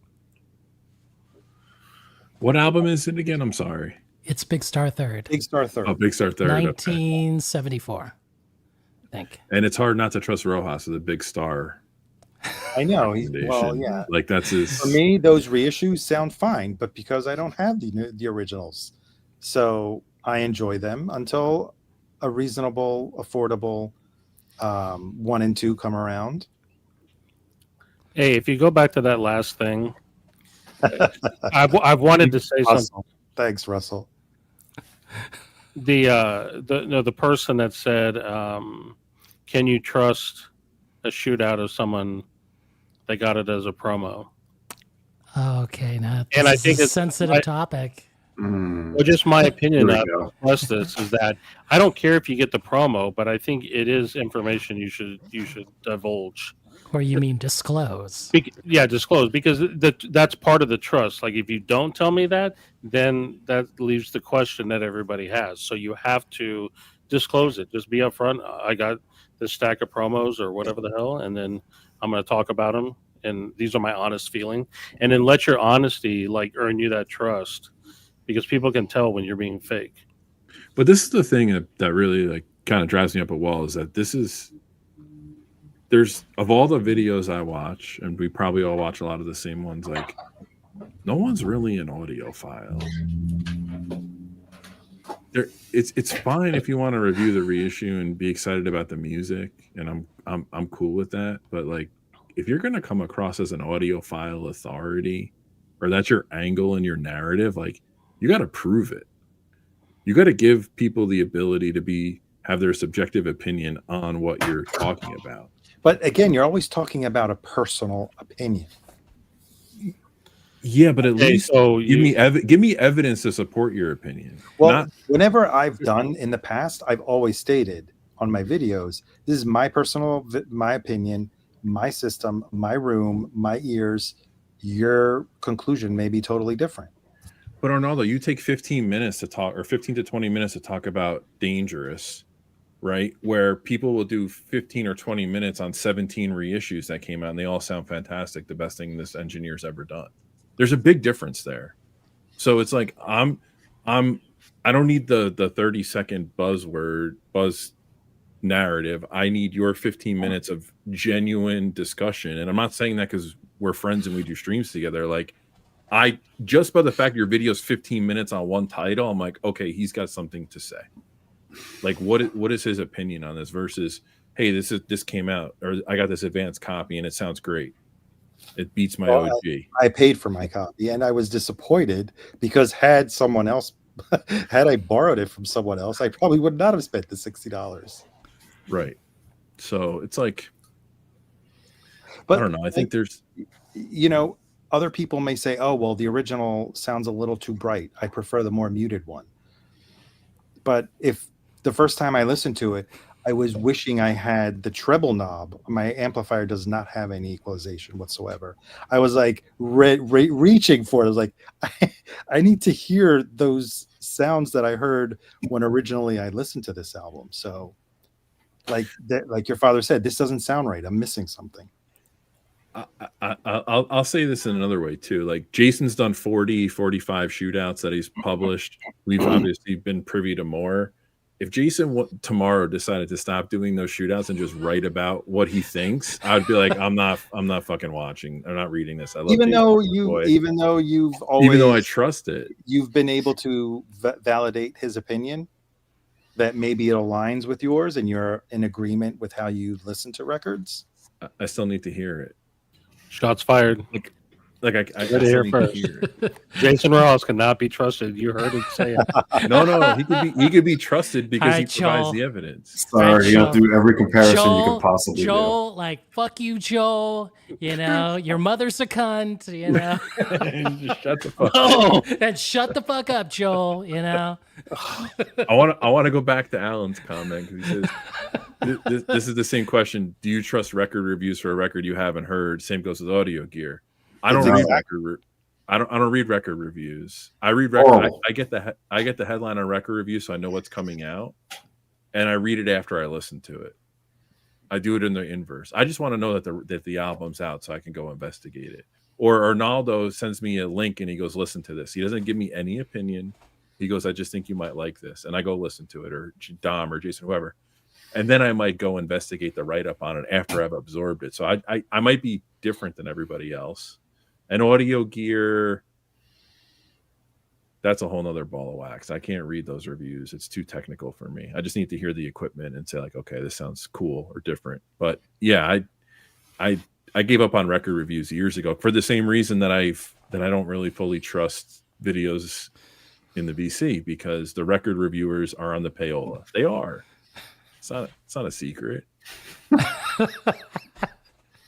Right, Jill. Now you're supposed to say, like, you heard it here first. Groove Seeker said they're on the payola, right? They don't want to disclose that they got free records. They don't want to disclose that because it'll ruin the reputation as VC blowhard influencers. I'm going to tell you right, I have not hit record on a video yet. One day I will. If someone contacts me and gives me a promo, do you think I'm going to give it a bad review? I'm going to give it the most neutral, sterile review ever to keep that gravy train going. I'm not a moron. See, those of us that have morals wouldn't do that.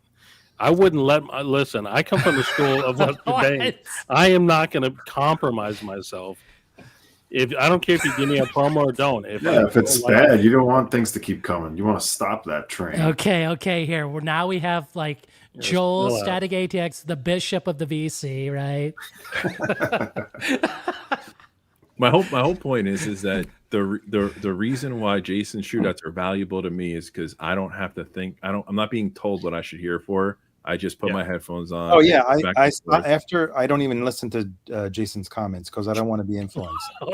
At the end, I stop it too. That's fired, dude. I stop it because I don't want his take on what he heard. So I'll listen to it again because sometimes I listen to it twice. Then at the end, after I form my opinion, I want to hear what Jason said. This is just like my approach on record reviews. Is this out? Somebody told me to listen to it. I'm gonna try it or I'm gonna sample it. Once I listen to it and have my opinion, then I'll go read the review. Nowadays you can easily do that. You don't even, I guess someone can just say, hey, listen to this record.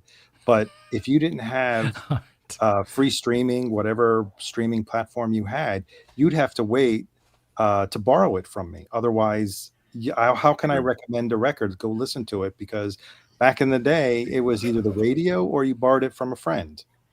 Exactly. Like if you listen to the 14-hour interview that Dom and I each did with Joel on his channel, we talked about our experiences. Like New York radio was everything. Like that was how we got our information. We didn't have the internet. It wasn't publications. So, and it was friends. And Dom and I grew up similarly. Like I didn't have friends that were into it like I was. So I just had the radio. And that's how it came about. And Music music magazines. I grew up reading reviews. I had subscriptions. So what are your favorites? Mostly the British press. Okay.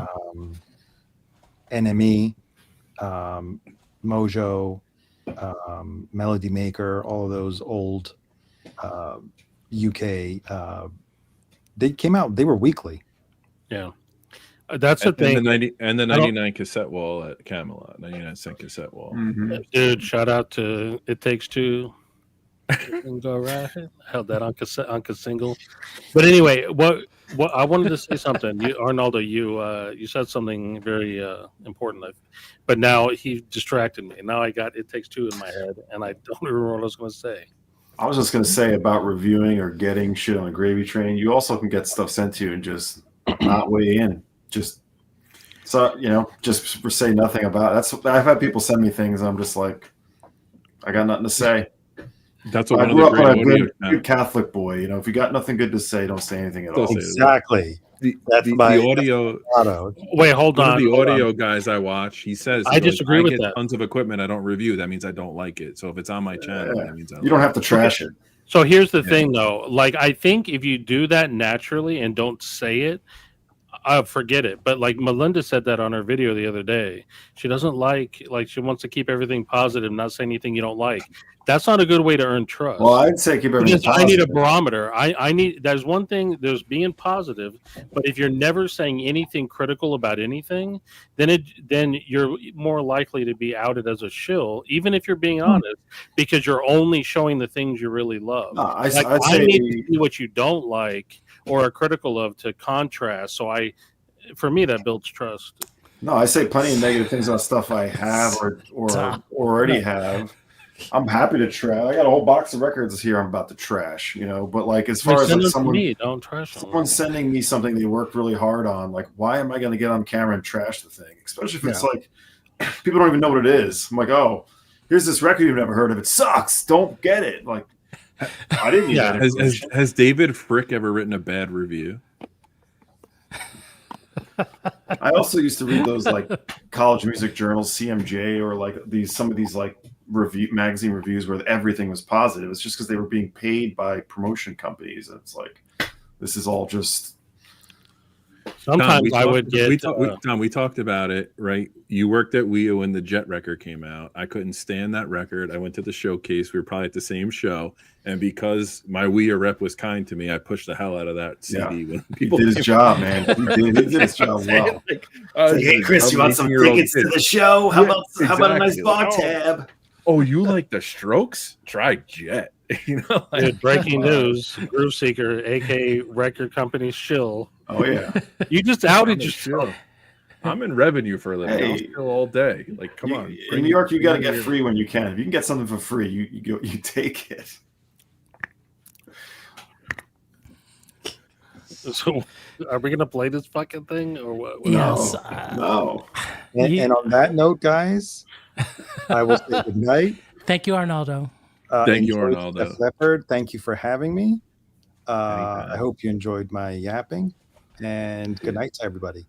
Good night, Listen to some Thievery Corporation, man. And if you want to watch this later, Ronaldo, it's at about 10:45 on the stream. 10:50. Which one? This one?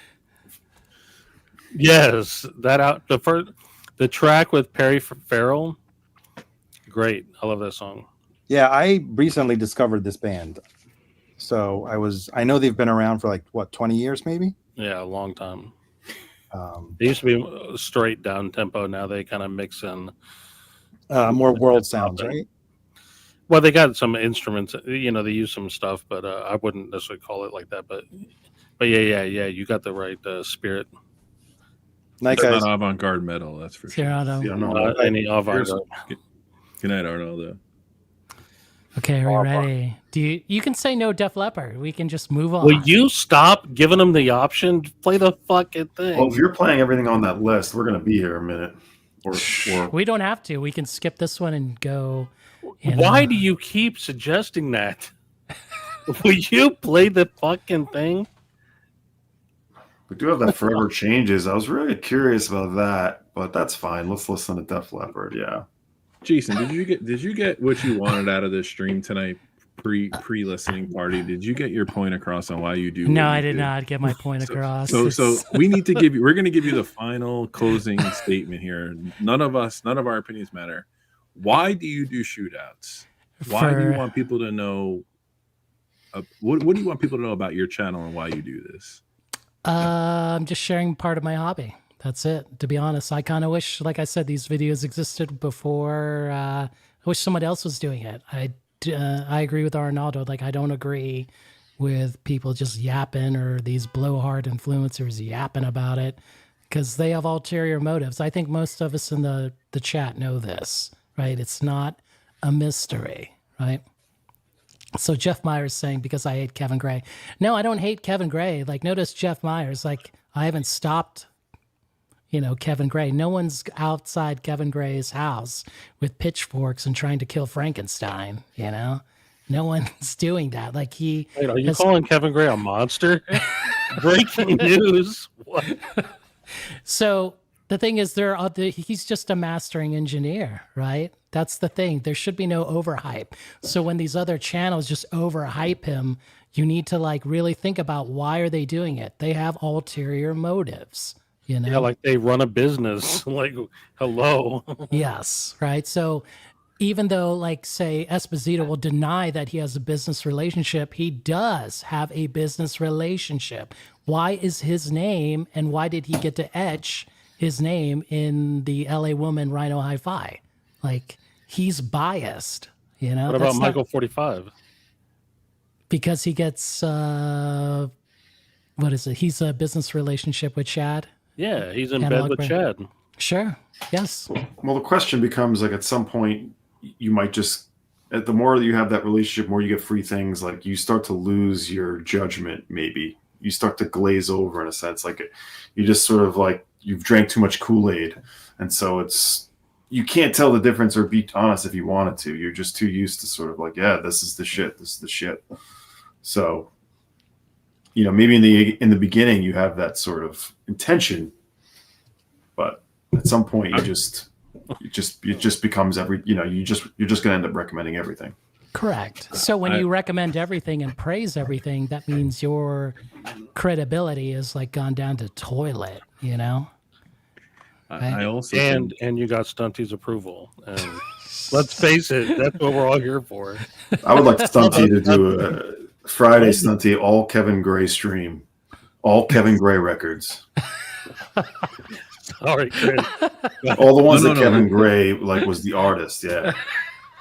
I also think that people, and I'm guilty of this too, and I've admitted this a million times, maybe not as directly, but I also people think they confuse the idea of a clean reissue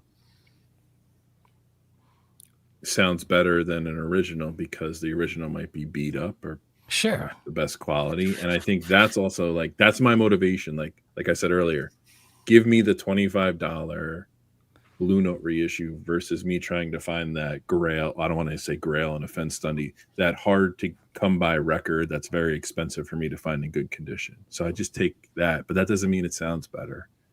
It just means that it's fitting what I need. A clean, playable copy, no distractions, no pops and clicks, no warps, no skips. And I think people also confuse the sound quality with the condition. That's a big factor in all this.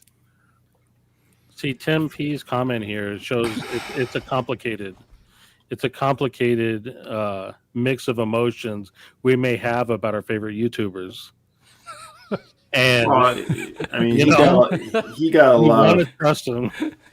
He did, but he also got plenty of clicks and plenty of notoriety about exposing MoFi. So, yeah, listen, he is a experienced business owner, avid fan of the Doors and all jazz music, all reissues, audiophile, cut from the original master tape by Kevin Gray or whomever. I remember that Sheila Jordan actually Stunty. Okay. Don't forget the prize stickers. All right, Joel, are you ready? To do this? Do it. Okay. Which one has an in-groove sticker on it? That's the one I need. My gosh. Because that's important information, just like your gear rundown. Go ahead, do it. What? No, go ahead. Do your thing. It's done. I'm just saying, if anyone doesn't ever believe that these comparisons are real, just contact me when you visit Austin. We'll meet up, man. I want you to hear this stuff in person. I'm not here to fool anybody. If somebody's asking I'm for the views and clicks, hell with that. I'd be okay if it was only 50 subscribers, man. I'm just sharing this hobby. That's it. Yeah, trust me, he's a very genuine guy. I mean, I even buy Joel ice cream, come on. Only the best. It's Rocky Road. That's right. That's how we got you to say that last statement. All right. We're going to do this. We're going to listen to I think this came out in 2018, I think. This is Double 33. This is the USOG. We're listening to Def Leppard, Hysteria. This is one of Dom's and Joel's favorite songs, Pour Some Sugar on Me. I taped it off the radio in 1987, I'll tell you that much. Oh, you did? Wow. Oh, I absolutely did. Ooh, we hear that tail end of Love Bites. Oof. Y'all aren't even ready for this. I'll be back, guys. I was about to do the same.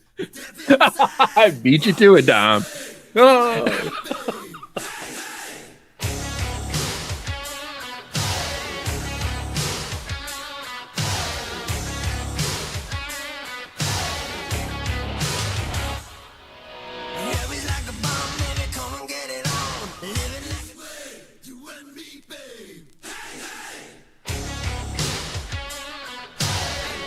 Your face, Dom.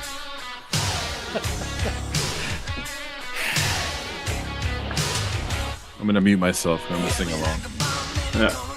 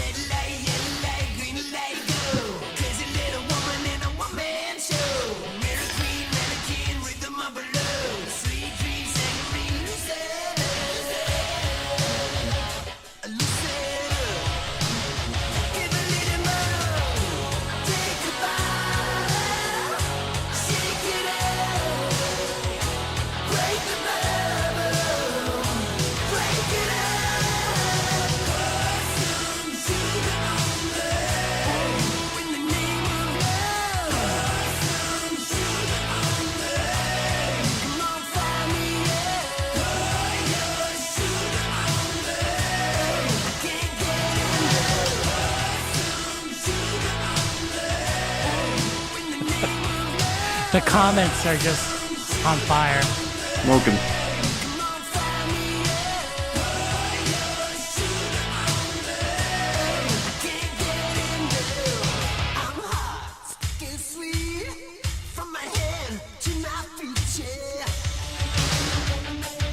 You know, I think we're going to stop this one.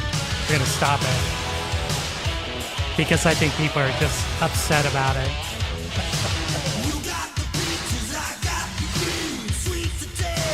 Yeah, we're still at 87 views. So we peaked at 91. So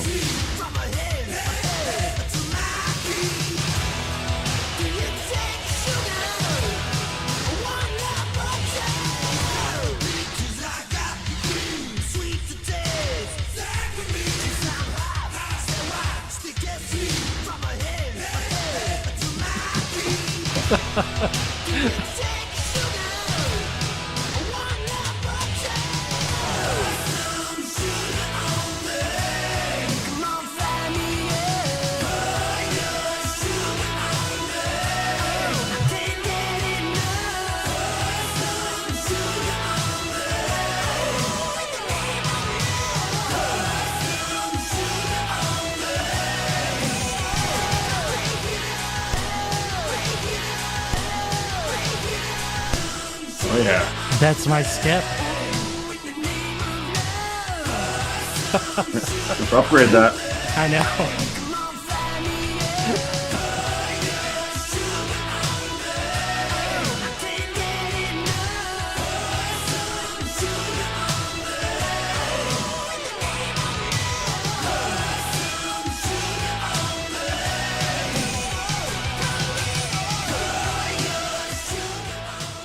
We're going to stop this one. I'm calling it because... all right, let's get to Journey right now, please. Just move on to the Journey. This chat, like nobody wanted to hear this. Like, so this is Joel. You see, like, Torched. right? People were just like, really, they were asking for, to get water poured on them. During that Listen, song. let me Just so you explain know, something Joel, to the you. VC is not about music, just so you're aware. Yeah, this was on Jason's list, so don't make him make you feel like I'm the one who picked this. I just told him it was the only one of the albums that I was familiar with. like enough to comment on it. Well, you threatened to not show up tonight if we took it off the list. So why don't you tell me? Yeah, truth. Nah, I could never pass So- that. Stevie's on it. Stevie's on it, right? So Stevie, I don't know if you hear this, like the dynamic range. Yeah. Like, but I think the OG had better stereo, like soundstage, you could hear more. And then the reissue, even though it was like louder, is definitely compressed more. Hey, listen, Stevie, you need to come to the convention. I'll pay to get you in if and you can meet Jason. I think you guys could geek out. Like you guys could totally talk about all that kind of stuff. I think you guys would like each other. Like, man. All those talking heads out there with like the Trump face. I feel like I'm starting to get Trump face. Oh my god! man. Wow! Dom, you're a different person when you're in that CD room, Dom. I gotta hide. Yes, if I go, I just have to open up the case and pull out a CD and it'll bring me back. It'll bring me back. Pull out a random CD while Jason puts on a good album. All right, let me go to the third drawer. Let's see. Okay, okay, Dom, we'll give you your choice. What do you want to hear next? Do you want to hear Love or Television? Ooh. Let's go Love. Okay. Yes. That's what I pulled out. Oh wow! You know, I Ricky saw Big. that in Den Bosch. Yeah, I can make you big. What up? 10 grand, man. But they just reissued it for real finally. I think it's actually really actually a good record too. Yeah, only exists as a promo. Maybe there's like 100 of them. Is that right? Yes. On Immediate Records, you know. Nice. Rod Is Stewart. that Rhino? Is that a Rhino reissue? This is gotta boy, be, what is right? this? No, it's Castle. Oh, Castle. They remember Castle? Yeah. Let's see. Oh, here we go. I still have my original In Utero. This is original pressing right there. Look at that. When was the last time you put it on? Oh man, there's another good one. Nice. I don't know. That's a good question. Probably 20 years ago. Do you have any Reverend Horton Heat in there? Oh no. Tom, do you think you'll ever? I'm not a fan of Reverend Horton.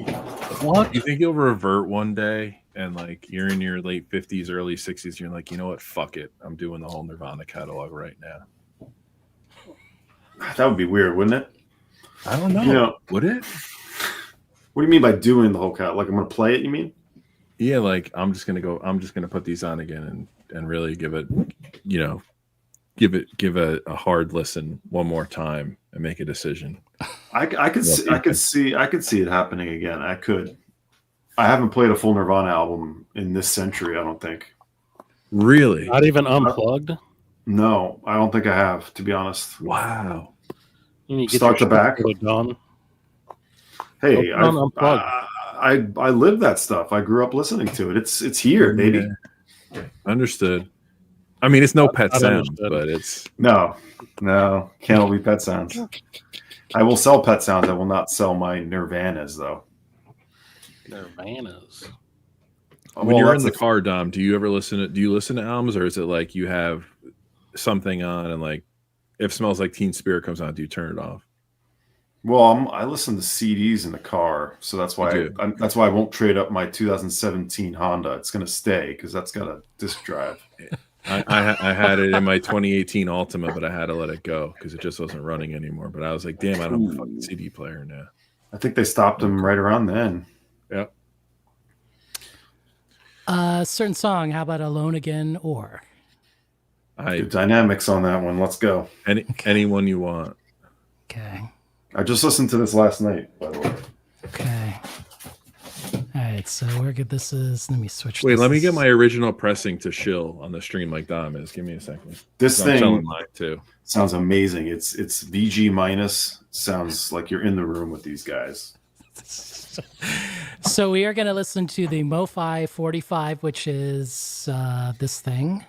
Okay. And then the OG is right here. I think this is the Allentown, if you care about the pressing plant. Stereo. We are a stereo. Yeah, right? yeah. All in stereo. Maybe we can do the mono thing some other time. There's not a lot of mono pressings, is there? There is of the. And it's not a fold down, right?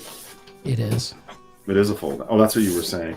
Yeah, we could do it some other session. Oops. Thing is, like the MOFI's cut lower. So say again, we have Allentown pressing and MOFI. Yes.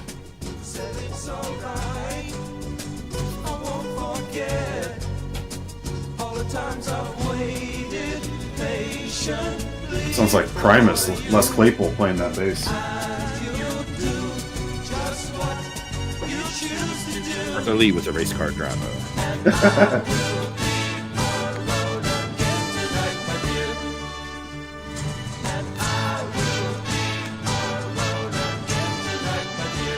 The OG's a little too fast. I need to slow it down.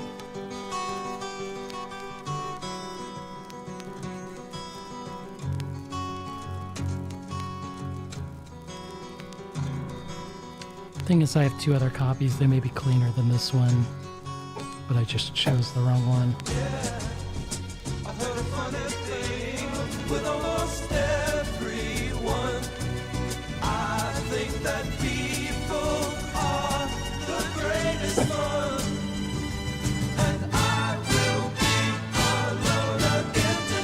Sorry.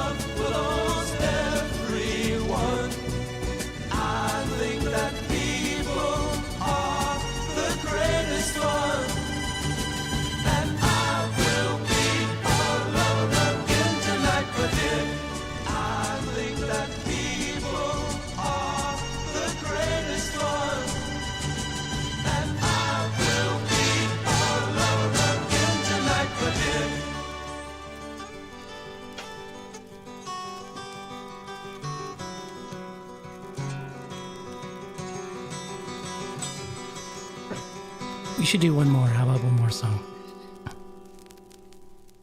Yeah, no, do it. Yes, the Frank music. This is the MOFI.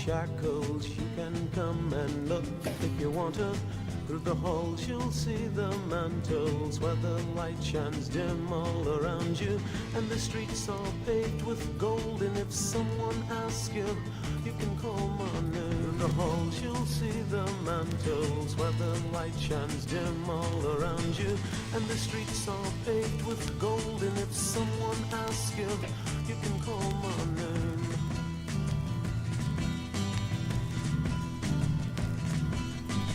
You're just all paved with gold, and if someone asks you, you can call my name. You can call my name.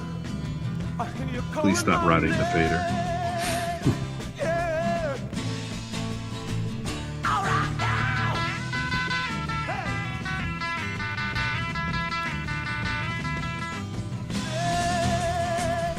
Yeah. All right now. Hey.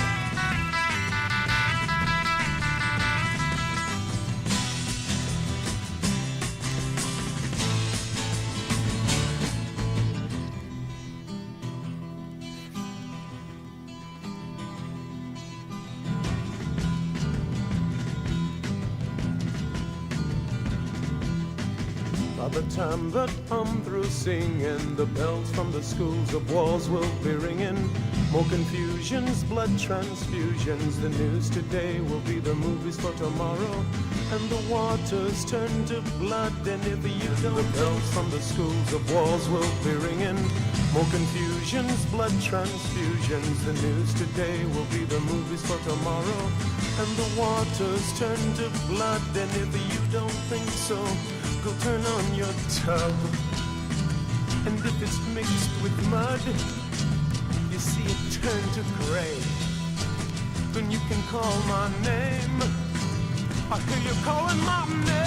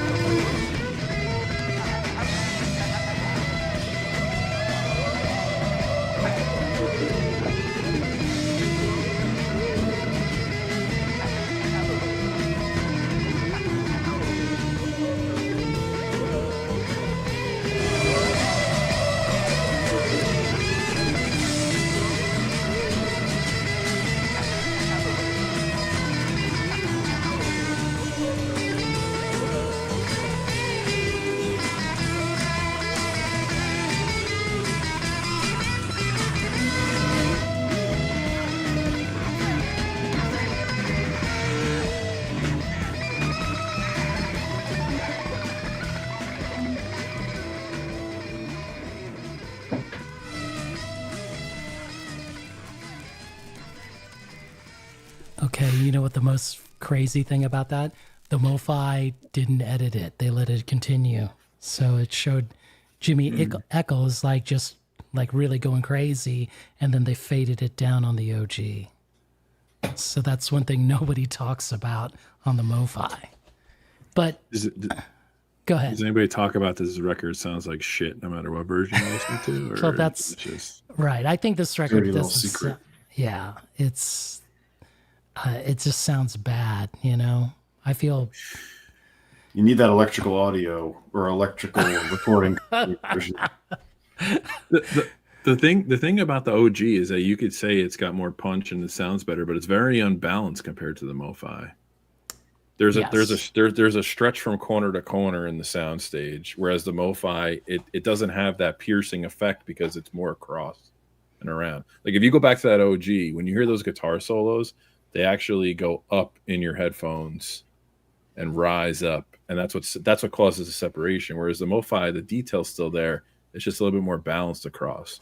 So if you want his vocals to cut in and you want the whatever piece is being featured in the song, like yeah, the OG makes sense, but like from an all around sound perspective, like the MOFI isn't terrible at all. It's just a different feel. Yeah.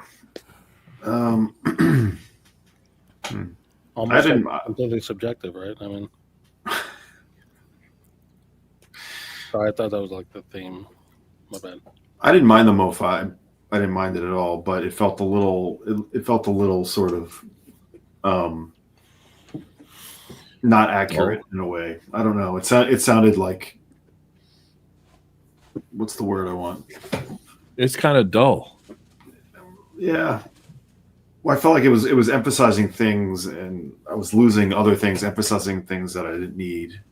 I felt like it was unbalanced to me. So you think the MOFI is unbalanced? That's kind of why I just felt like it was a little distracting. It was the way it was highlighting certain bits of the sound. See, I think that the MOFI is balanced, which is leveling out everything. There's no emphasis on any one piece of the song. Like Arthur's vocals are not buried in the MOFI, but they're very even keel with the rest of the instruments. Where on the OG, he's way out in front, in a good way, right? Mm. I think it's true though. I don't think either, especially on headphones here, hearing them, I don't feel like that thing's ever been done right, at least for those two. Hold on though. Wait.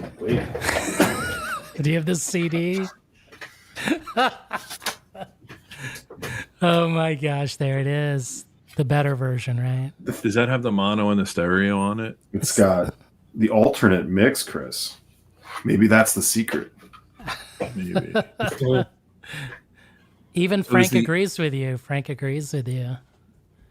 Man, So I'm glad I didn't see that sell. cross Look, there's that my. barcode. You see, I see that Promo. cross that barcode. I'm a shill. A shill. You're a shill for your former employer. Mhm. But is the alternate mix the? So let's dissect that a little bit.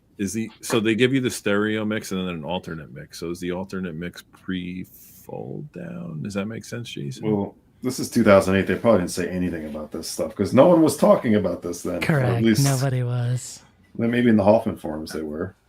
Let's see. You Were want we me to- talking about this record in 2008 or the sound quality of the record? in the sourcing? Hold on. All right. Joel looks very, deep in thought. So, Joel, which one should we listen to? Nirvana next or Television Marquee Moon? I'll pick Nirvana. Which Okay. Nirvana? Okay, so this will be the last comparison. We'll skip the television because we're over 2 hours. I'll do a television on another, video. Could do that. Should we hear the title cut, or should we go deeper? Lithium. Right? Territorial Pissings. Go deep cut. Deep cut. I haven't heard it in Territorial 30 Peasants. years. Okay. Go. Or Breed. Oh boy, my 13-year-old self is gonna hop right out. That's on side 2, right? Yeah, First cut. because Kurt knew what he was doing. I hate to say this, but wow, it's going to be controversial. What? The best song to do is actually Something in the Way. The last song? You want This is Joel's Towards the choice. middle? Yeah, I'm not overriding Joel. I mean, I get it. I don't get to hear television because I got to fucking listen to Nevermind again, but that's fine. I'm kidding. We're at each other's throats. This is cutthroat. When I was, see, I remember. So we are comparing everyone in the chat. This is the 40th anniversary that came out, a couple of years ago, I think. And then we're going to compare it to the 91 OG that's right here. U.S. Yes, of course. Let's not kid ourselves here. Do Endless Nameless. You guys are talking Wolfman. about different albums. Man. All right, I'm going to hide the chat for now while I get the banner correct. So this is the reissue. We'll start with the reissue first.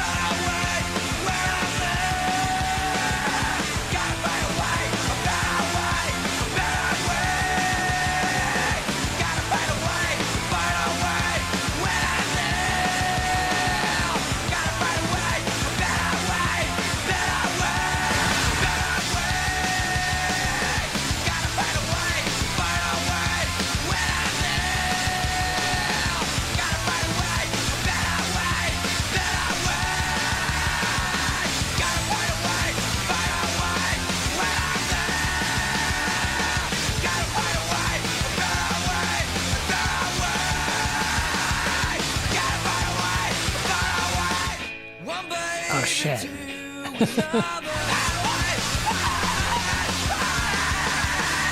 So screwed this comparison up. We'll do the next one.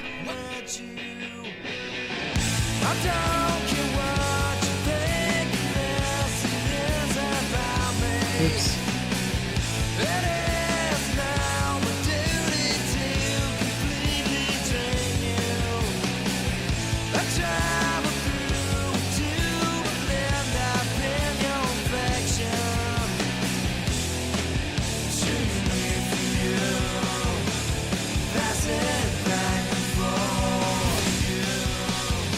Wow, do you hear that? Yeah. This is how I remember hearing it. This is how I remember it.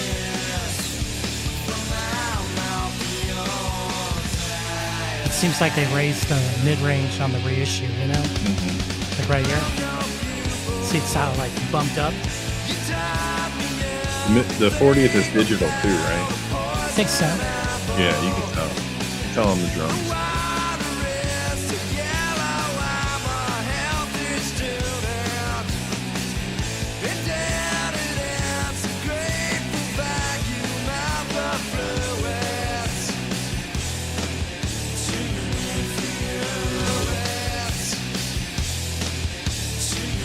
Ride the fader.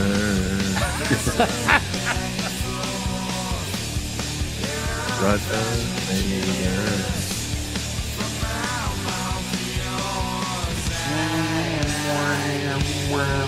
The best part, right?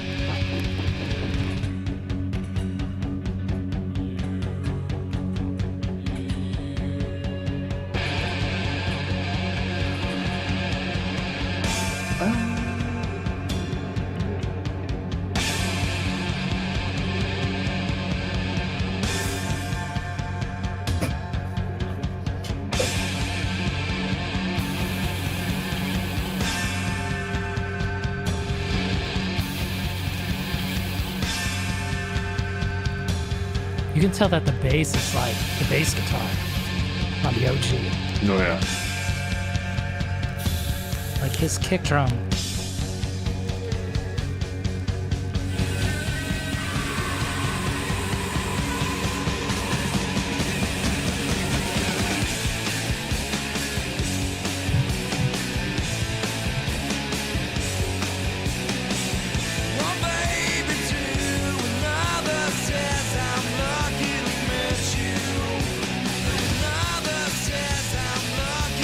Yeah.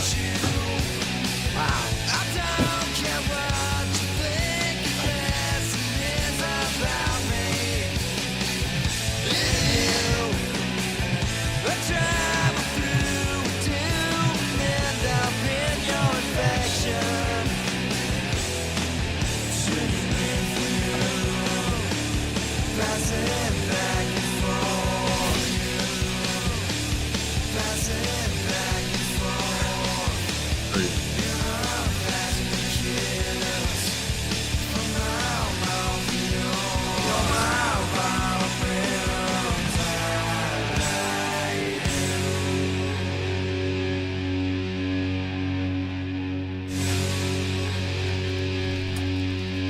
Are we good with this? Okay. Yeah. Top five pop record of all time. Challenge me on it. It's a fucking pop record. Yeah. It's Foreigner in disguise, I right? challenge you. I challenge Foreigner you. in disguise. That's not a pop song. In Bloom's not a pop song. Are you out of your mind? No, it is a pop record. It's Absolutely. a pop record. No, on the original, it was industrial. Score. On the reissue, it was alternative rock. It was not a pop record. This is what Stunty has said. The reissue sounded like a different band to me. It was weird. It was very weird. The positive thing about the reissue is that Dave Grohl's drum should slap your face on this record, but it's just On the reissue, it felt like Twinkle Toes playing. Twinkle toes. But I mean, everyone, you guys can hear the difference, right? Like it was very different, like completely. very different. I'm surprised you picked the 40th and not some of the other reissues. I have the 20th. I don't have the Bernie Grunman anymore. Okay, Cesar wants his common deck. Okay, there you go. Okay, I don't That's have what that. I have. That's what I have. I sold it. I don't. I'll send it to you. Okay. You can have it. I'm.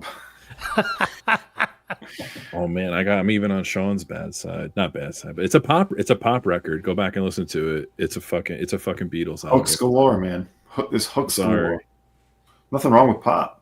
No, there's nothing wrong with it at all. It's just like there's a reverence to it that's a little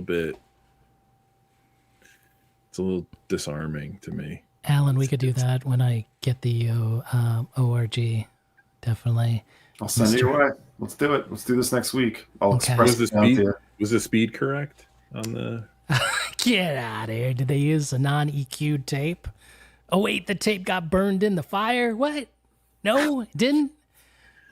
It's out there. So they used the time stone. Thanos. He used the time stone to get the tape before the fire. Look at Joel. He's unimpressed with the Thanos reference. Gosh.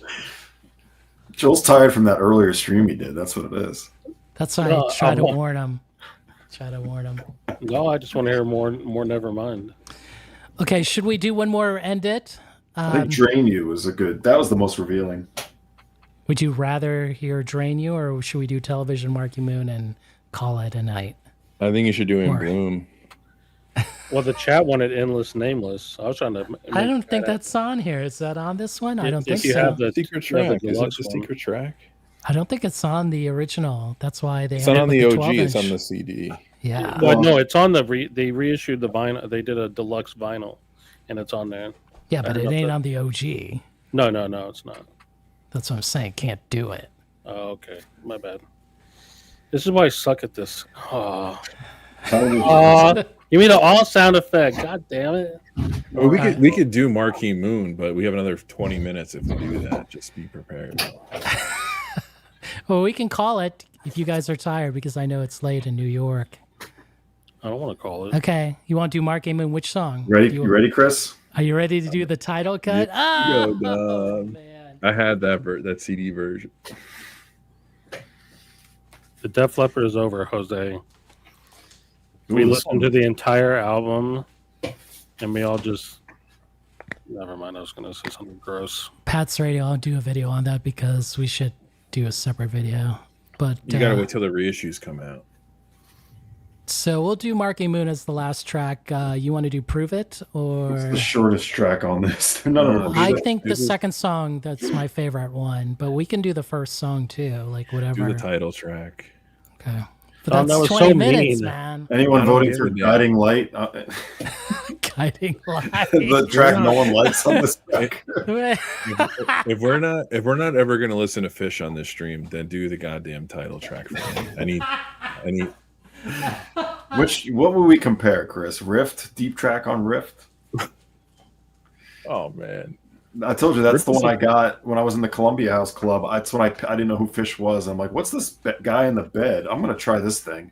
And I remember listening to it once and being like, this, I don't know what the fuck this is.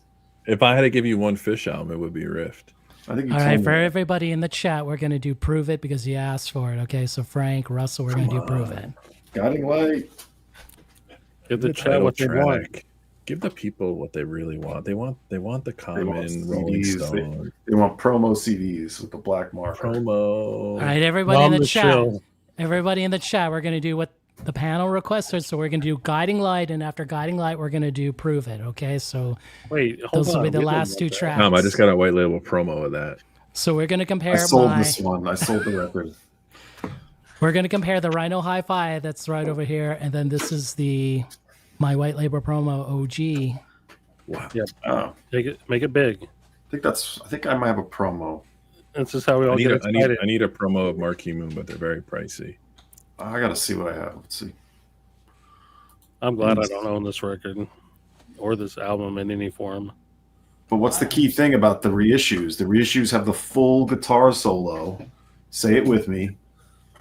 Right? The full unedited guitar solo on Marquee Moon. Isn't that right? I guess. I want John Bandy over here requesting Rob Zombie. Sean Bandy, are you in the chat? Yes, you are. Jose, He's of course. requesting this. What the? Stunty. How about Jose? Television 92 is a better album. Yeah.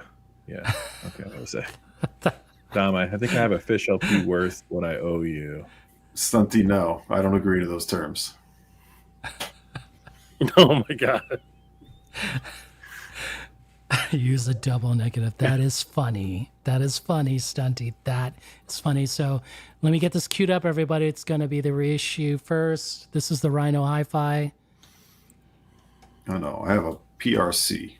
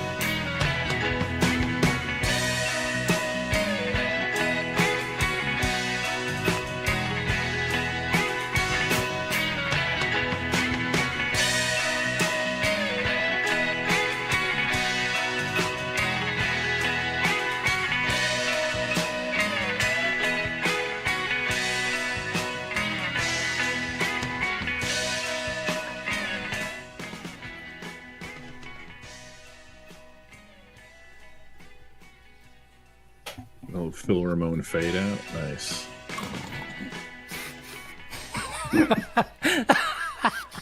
Okay, before we listen to Prove It, let's talk about what you're hearing here. Now, Fremer said the Rhino Hi-Fi did not meet the artist's intent. Okay? Is that true here? Because you can tell that the OG is a bit brighter in a way, while this Rhino Hi-Fi is like smooth things out a bit, right? There's a bit more bass on this one, like more clarity on the bass, but not so on the OG. Okay. Stunned I think here. if you're in New York City in 1978 and you're urinating in a dive bar and your soles are sticking to the bathroom floor, like you want the OG. But if you're in a cush 2025 world in your fluffy basement, the Rhino reissue does it justice. But I don't know what the artist's intent was because I wasn't there. I just want the damn record. And I have an OG and the Rhino Hi-Fi, and they just sound completely different to me. What So was how this the Love dare you. record? Was this Love? I totally. This was the outtakes of Terrapin Station. That's the Grateful Dead record. I'm being dead serious. Just remind me real quick. Who was This is Billy Breeze by a band called Fish. That's right. I think it's a Love, right? Come on. This is Oh, this is television. television. Oh, television. That's right, okay. Joel, you're out. You're out there, Joel. I'm sorry. I don't listen. Hey, to this Joel, album. 1 + 1 + 1 equals. 3. There we go. I don't know I know the band. I've never listened to the album. All right, Joel, do you have anything to say about this? You familiar with this record? I mean, they both sounded okay to me. I'm sorry. I was zoning out. I was digging it, but I mean, that is not my favorite song on the album, but I do want to hear that song again, unlike what Stunty said. Yeah, I mean, the again with this reissue, it just sounds like a different band to me. I don't know what that was. Someone tell me. Well, No, you need that brightness. There's no brightness on that thing. Yeah, like you need that. I guess people were referring to as like a shill or like a cut. Like that's what television is. shrill. Yeah, Verlaine was I'll tell Mr. you Shrill. what, if you just send me the promo, it'll sound fantastic. You want my CD? You want my CD with the black marker? Sharpie goes right through the I line. guarantee you I will love it if you send it to me. All right, we're going to do one more song, Prove It, and we're going to end the stream, okay? Because I think Wolfman's going to stream after me. So sorry, Wolfman. This thing took forever, you know? You had too many war crabs in the chat. So again, My this is sleep is diminishing, yeah. we'll end it with this one, okay? So here we Can you go. do estimated profit? Hold on. We're going to listen to this. To be clear to the chat, we're going to listen to it. Then we're going to discuss it. Then we're going to invite Jose onto the stream and discuss it for Absolutely. another hour. No way. So which edition of Forever Changes is this, Chris? Well, it sounds like the electrical recording, yes.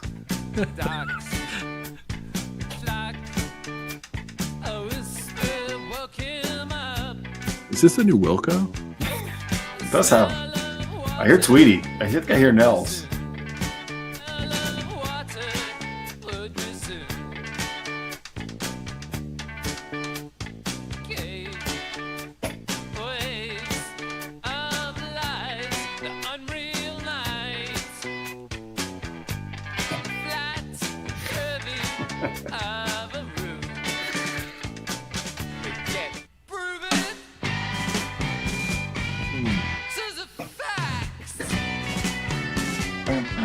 Confidential.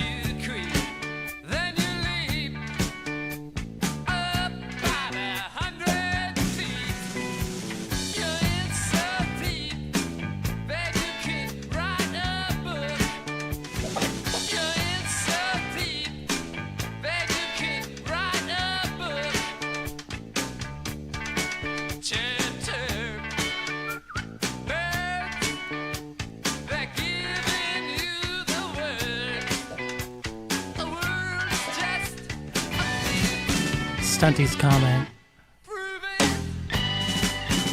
I saw it.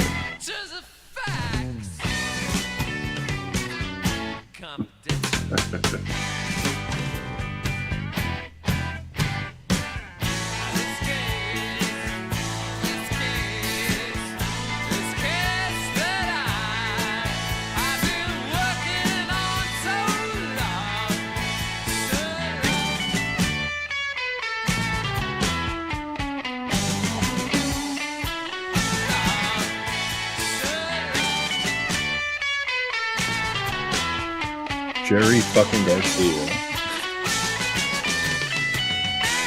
You see how the tone is different? Like the tone, right? You see how it just drops that treble? Yeah. But then he boosts the mid-range and the bass. Who cut the reissue? I think you know. The rhetorical. I want to know.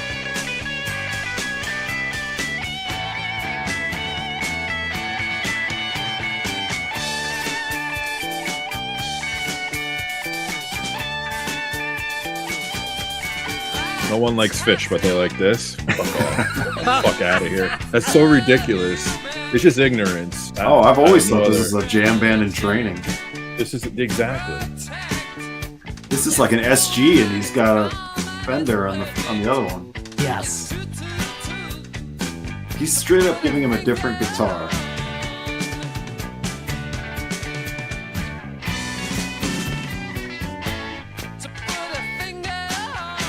See, I hear Fender all day.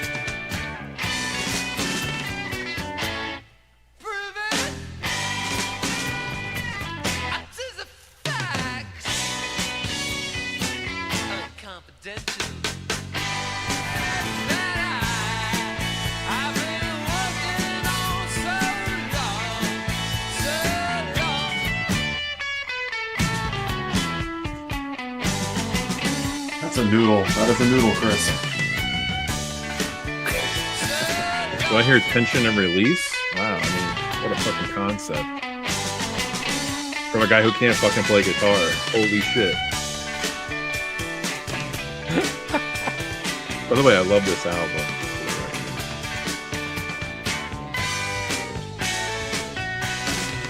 It's Love's best record. Okay, that's it. We'll do a quick roundup to decide. I think like the OG, of course, like it did sound thin in a way, but it was very authentic to what they wanted.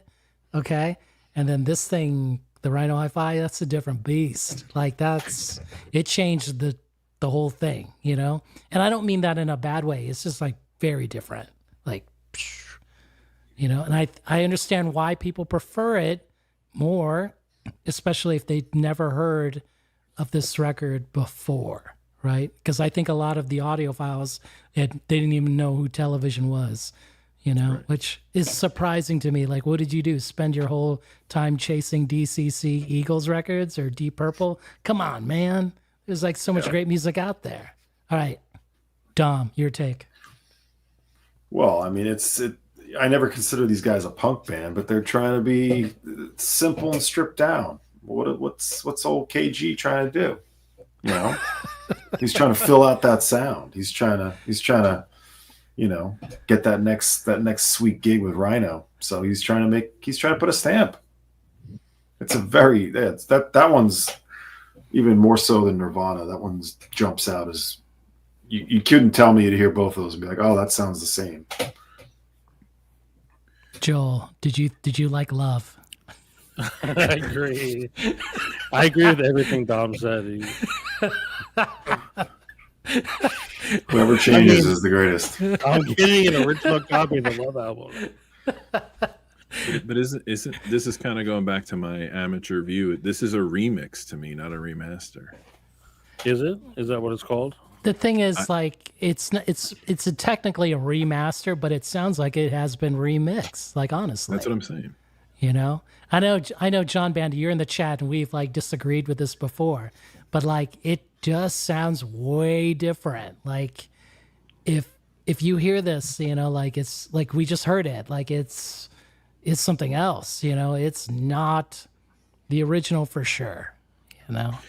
I would also, I'm going to say this, but Dom and Sean, Jason, you guys, and Joel, you guys are probably more the authority on this, but the whole point of this record, I would think when it come out, 77, 78? 77. The whole point 77. of this record is you're coming out of 70s arena rock into this New York City influenced punk music, right? Yeah. They're not trying to have a big, glorious sound. It's supposed to be a very straightforward band record. And It's four dudes playing in a bar. That's what I'm saying. The Rhino sounds nice, but this is like, does this record really need an audiophile treatment? Why don't you just leave it as it is and just repress it so everybody can have it the way it was supposed to be? Well, they know, like, hey, if we want audiophiles to get into this, that's where the big bucks are. We want to be able to sell that next edition, the UHQR, Television Marquee Moon. They need to get prepped for that. It's like a stage. You got to get the new edition to be sort of bass heavy and sort of, you know, kaleidoscopic, so then they're ready and primed for that UHQR $150 television. Yeah. And they only have two records. So like, if you haven't heard of this band, it's one of the easiest bands to get into. Well, they have three, right? Maybe three records. Well, the 92 album, self-titled. Yeah, sure. Yeah. So it's a pretty easy band to swallow up the whole discography. Adventure's good. Sorry, go ahead, Don. No, I was just gonna say Adventure I don't enjoy as much, but it's good. It feels more like a little poppier, more like a Feelies record, a little jangly, but still worth some time. Still worth the time. And a massive, and I hate this term jam band, but television's a massive influence on every jam band that came from like the 1994 on. They just are. Do you know what? Hold on, Chris. I just want to say thank you for name dropping me as an expert in this area. I really appreciate. Well, you're into punk, right? I never heard the album before. No, but I'm not talking about the album. I'm talking about punk, right? You know way more about punk than I do, and I'm saying like they're coming out of that scene, and it's like an antithesis of what's going on with like mainstream rock and roll at the time. So, I got you. I don't think it's a punk record at all, but it's definitely punk influenced. It comes out of that DNA. Absolutely, it's punk in ethos or spirit, and there's no pretense to it. It's just four dudes. Punks and Blondie. Okay, I think we're done. Last minute comments on this stream. Get Jose up here. I'm Absolutely not ready to go to sleep. No, we're done, Joe. Come on. Now. You and Jose can go all night long talking about Ani DeFranco. I thought this was well worth it. I thought that it was good to give Jason the opportunity to explain why he does what he does. And if you fucking think that television can play guitar and you hate fish, like go fuck yourself. It's just annoying. This was your setup the whole time, Chris. You were just waiting to connect those dots. It's just annoying to me. You're like, oh my god, this fucking solo. I'm like, Trey would fucking. This is your thesis statement right now. This would be the 45th outtake of some fucking random live show. That guitar solo. Get the hell out of here. Anyway, no, I love you guys and I love this record. Dom, any closing words on this? Any? No, you need to go to sleep. I mean, don't overlook CDs, people. Don't overlook them. On Seeking a Thread CD sale coming soon, right? Never. Joel, any closing words? Did you like Love Forever Changes? It was amazing. So everyone, afterwards, Nate Mars is streaming. Beautiful. We're gonna put his link in his channel, the video. I want to thank everyone in the chat for like listening to this, over an hour and a half of us talking about it, and then the last hour of us playing music. All right, so we'll see you next time, everybody. Thank you. Epic. Thank you. Peace. No more Def Leppard, right? Never again. Wait, can we listen to that again? Can you rewind?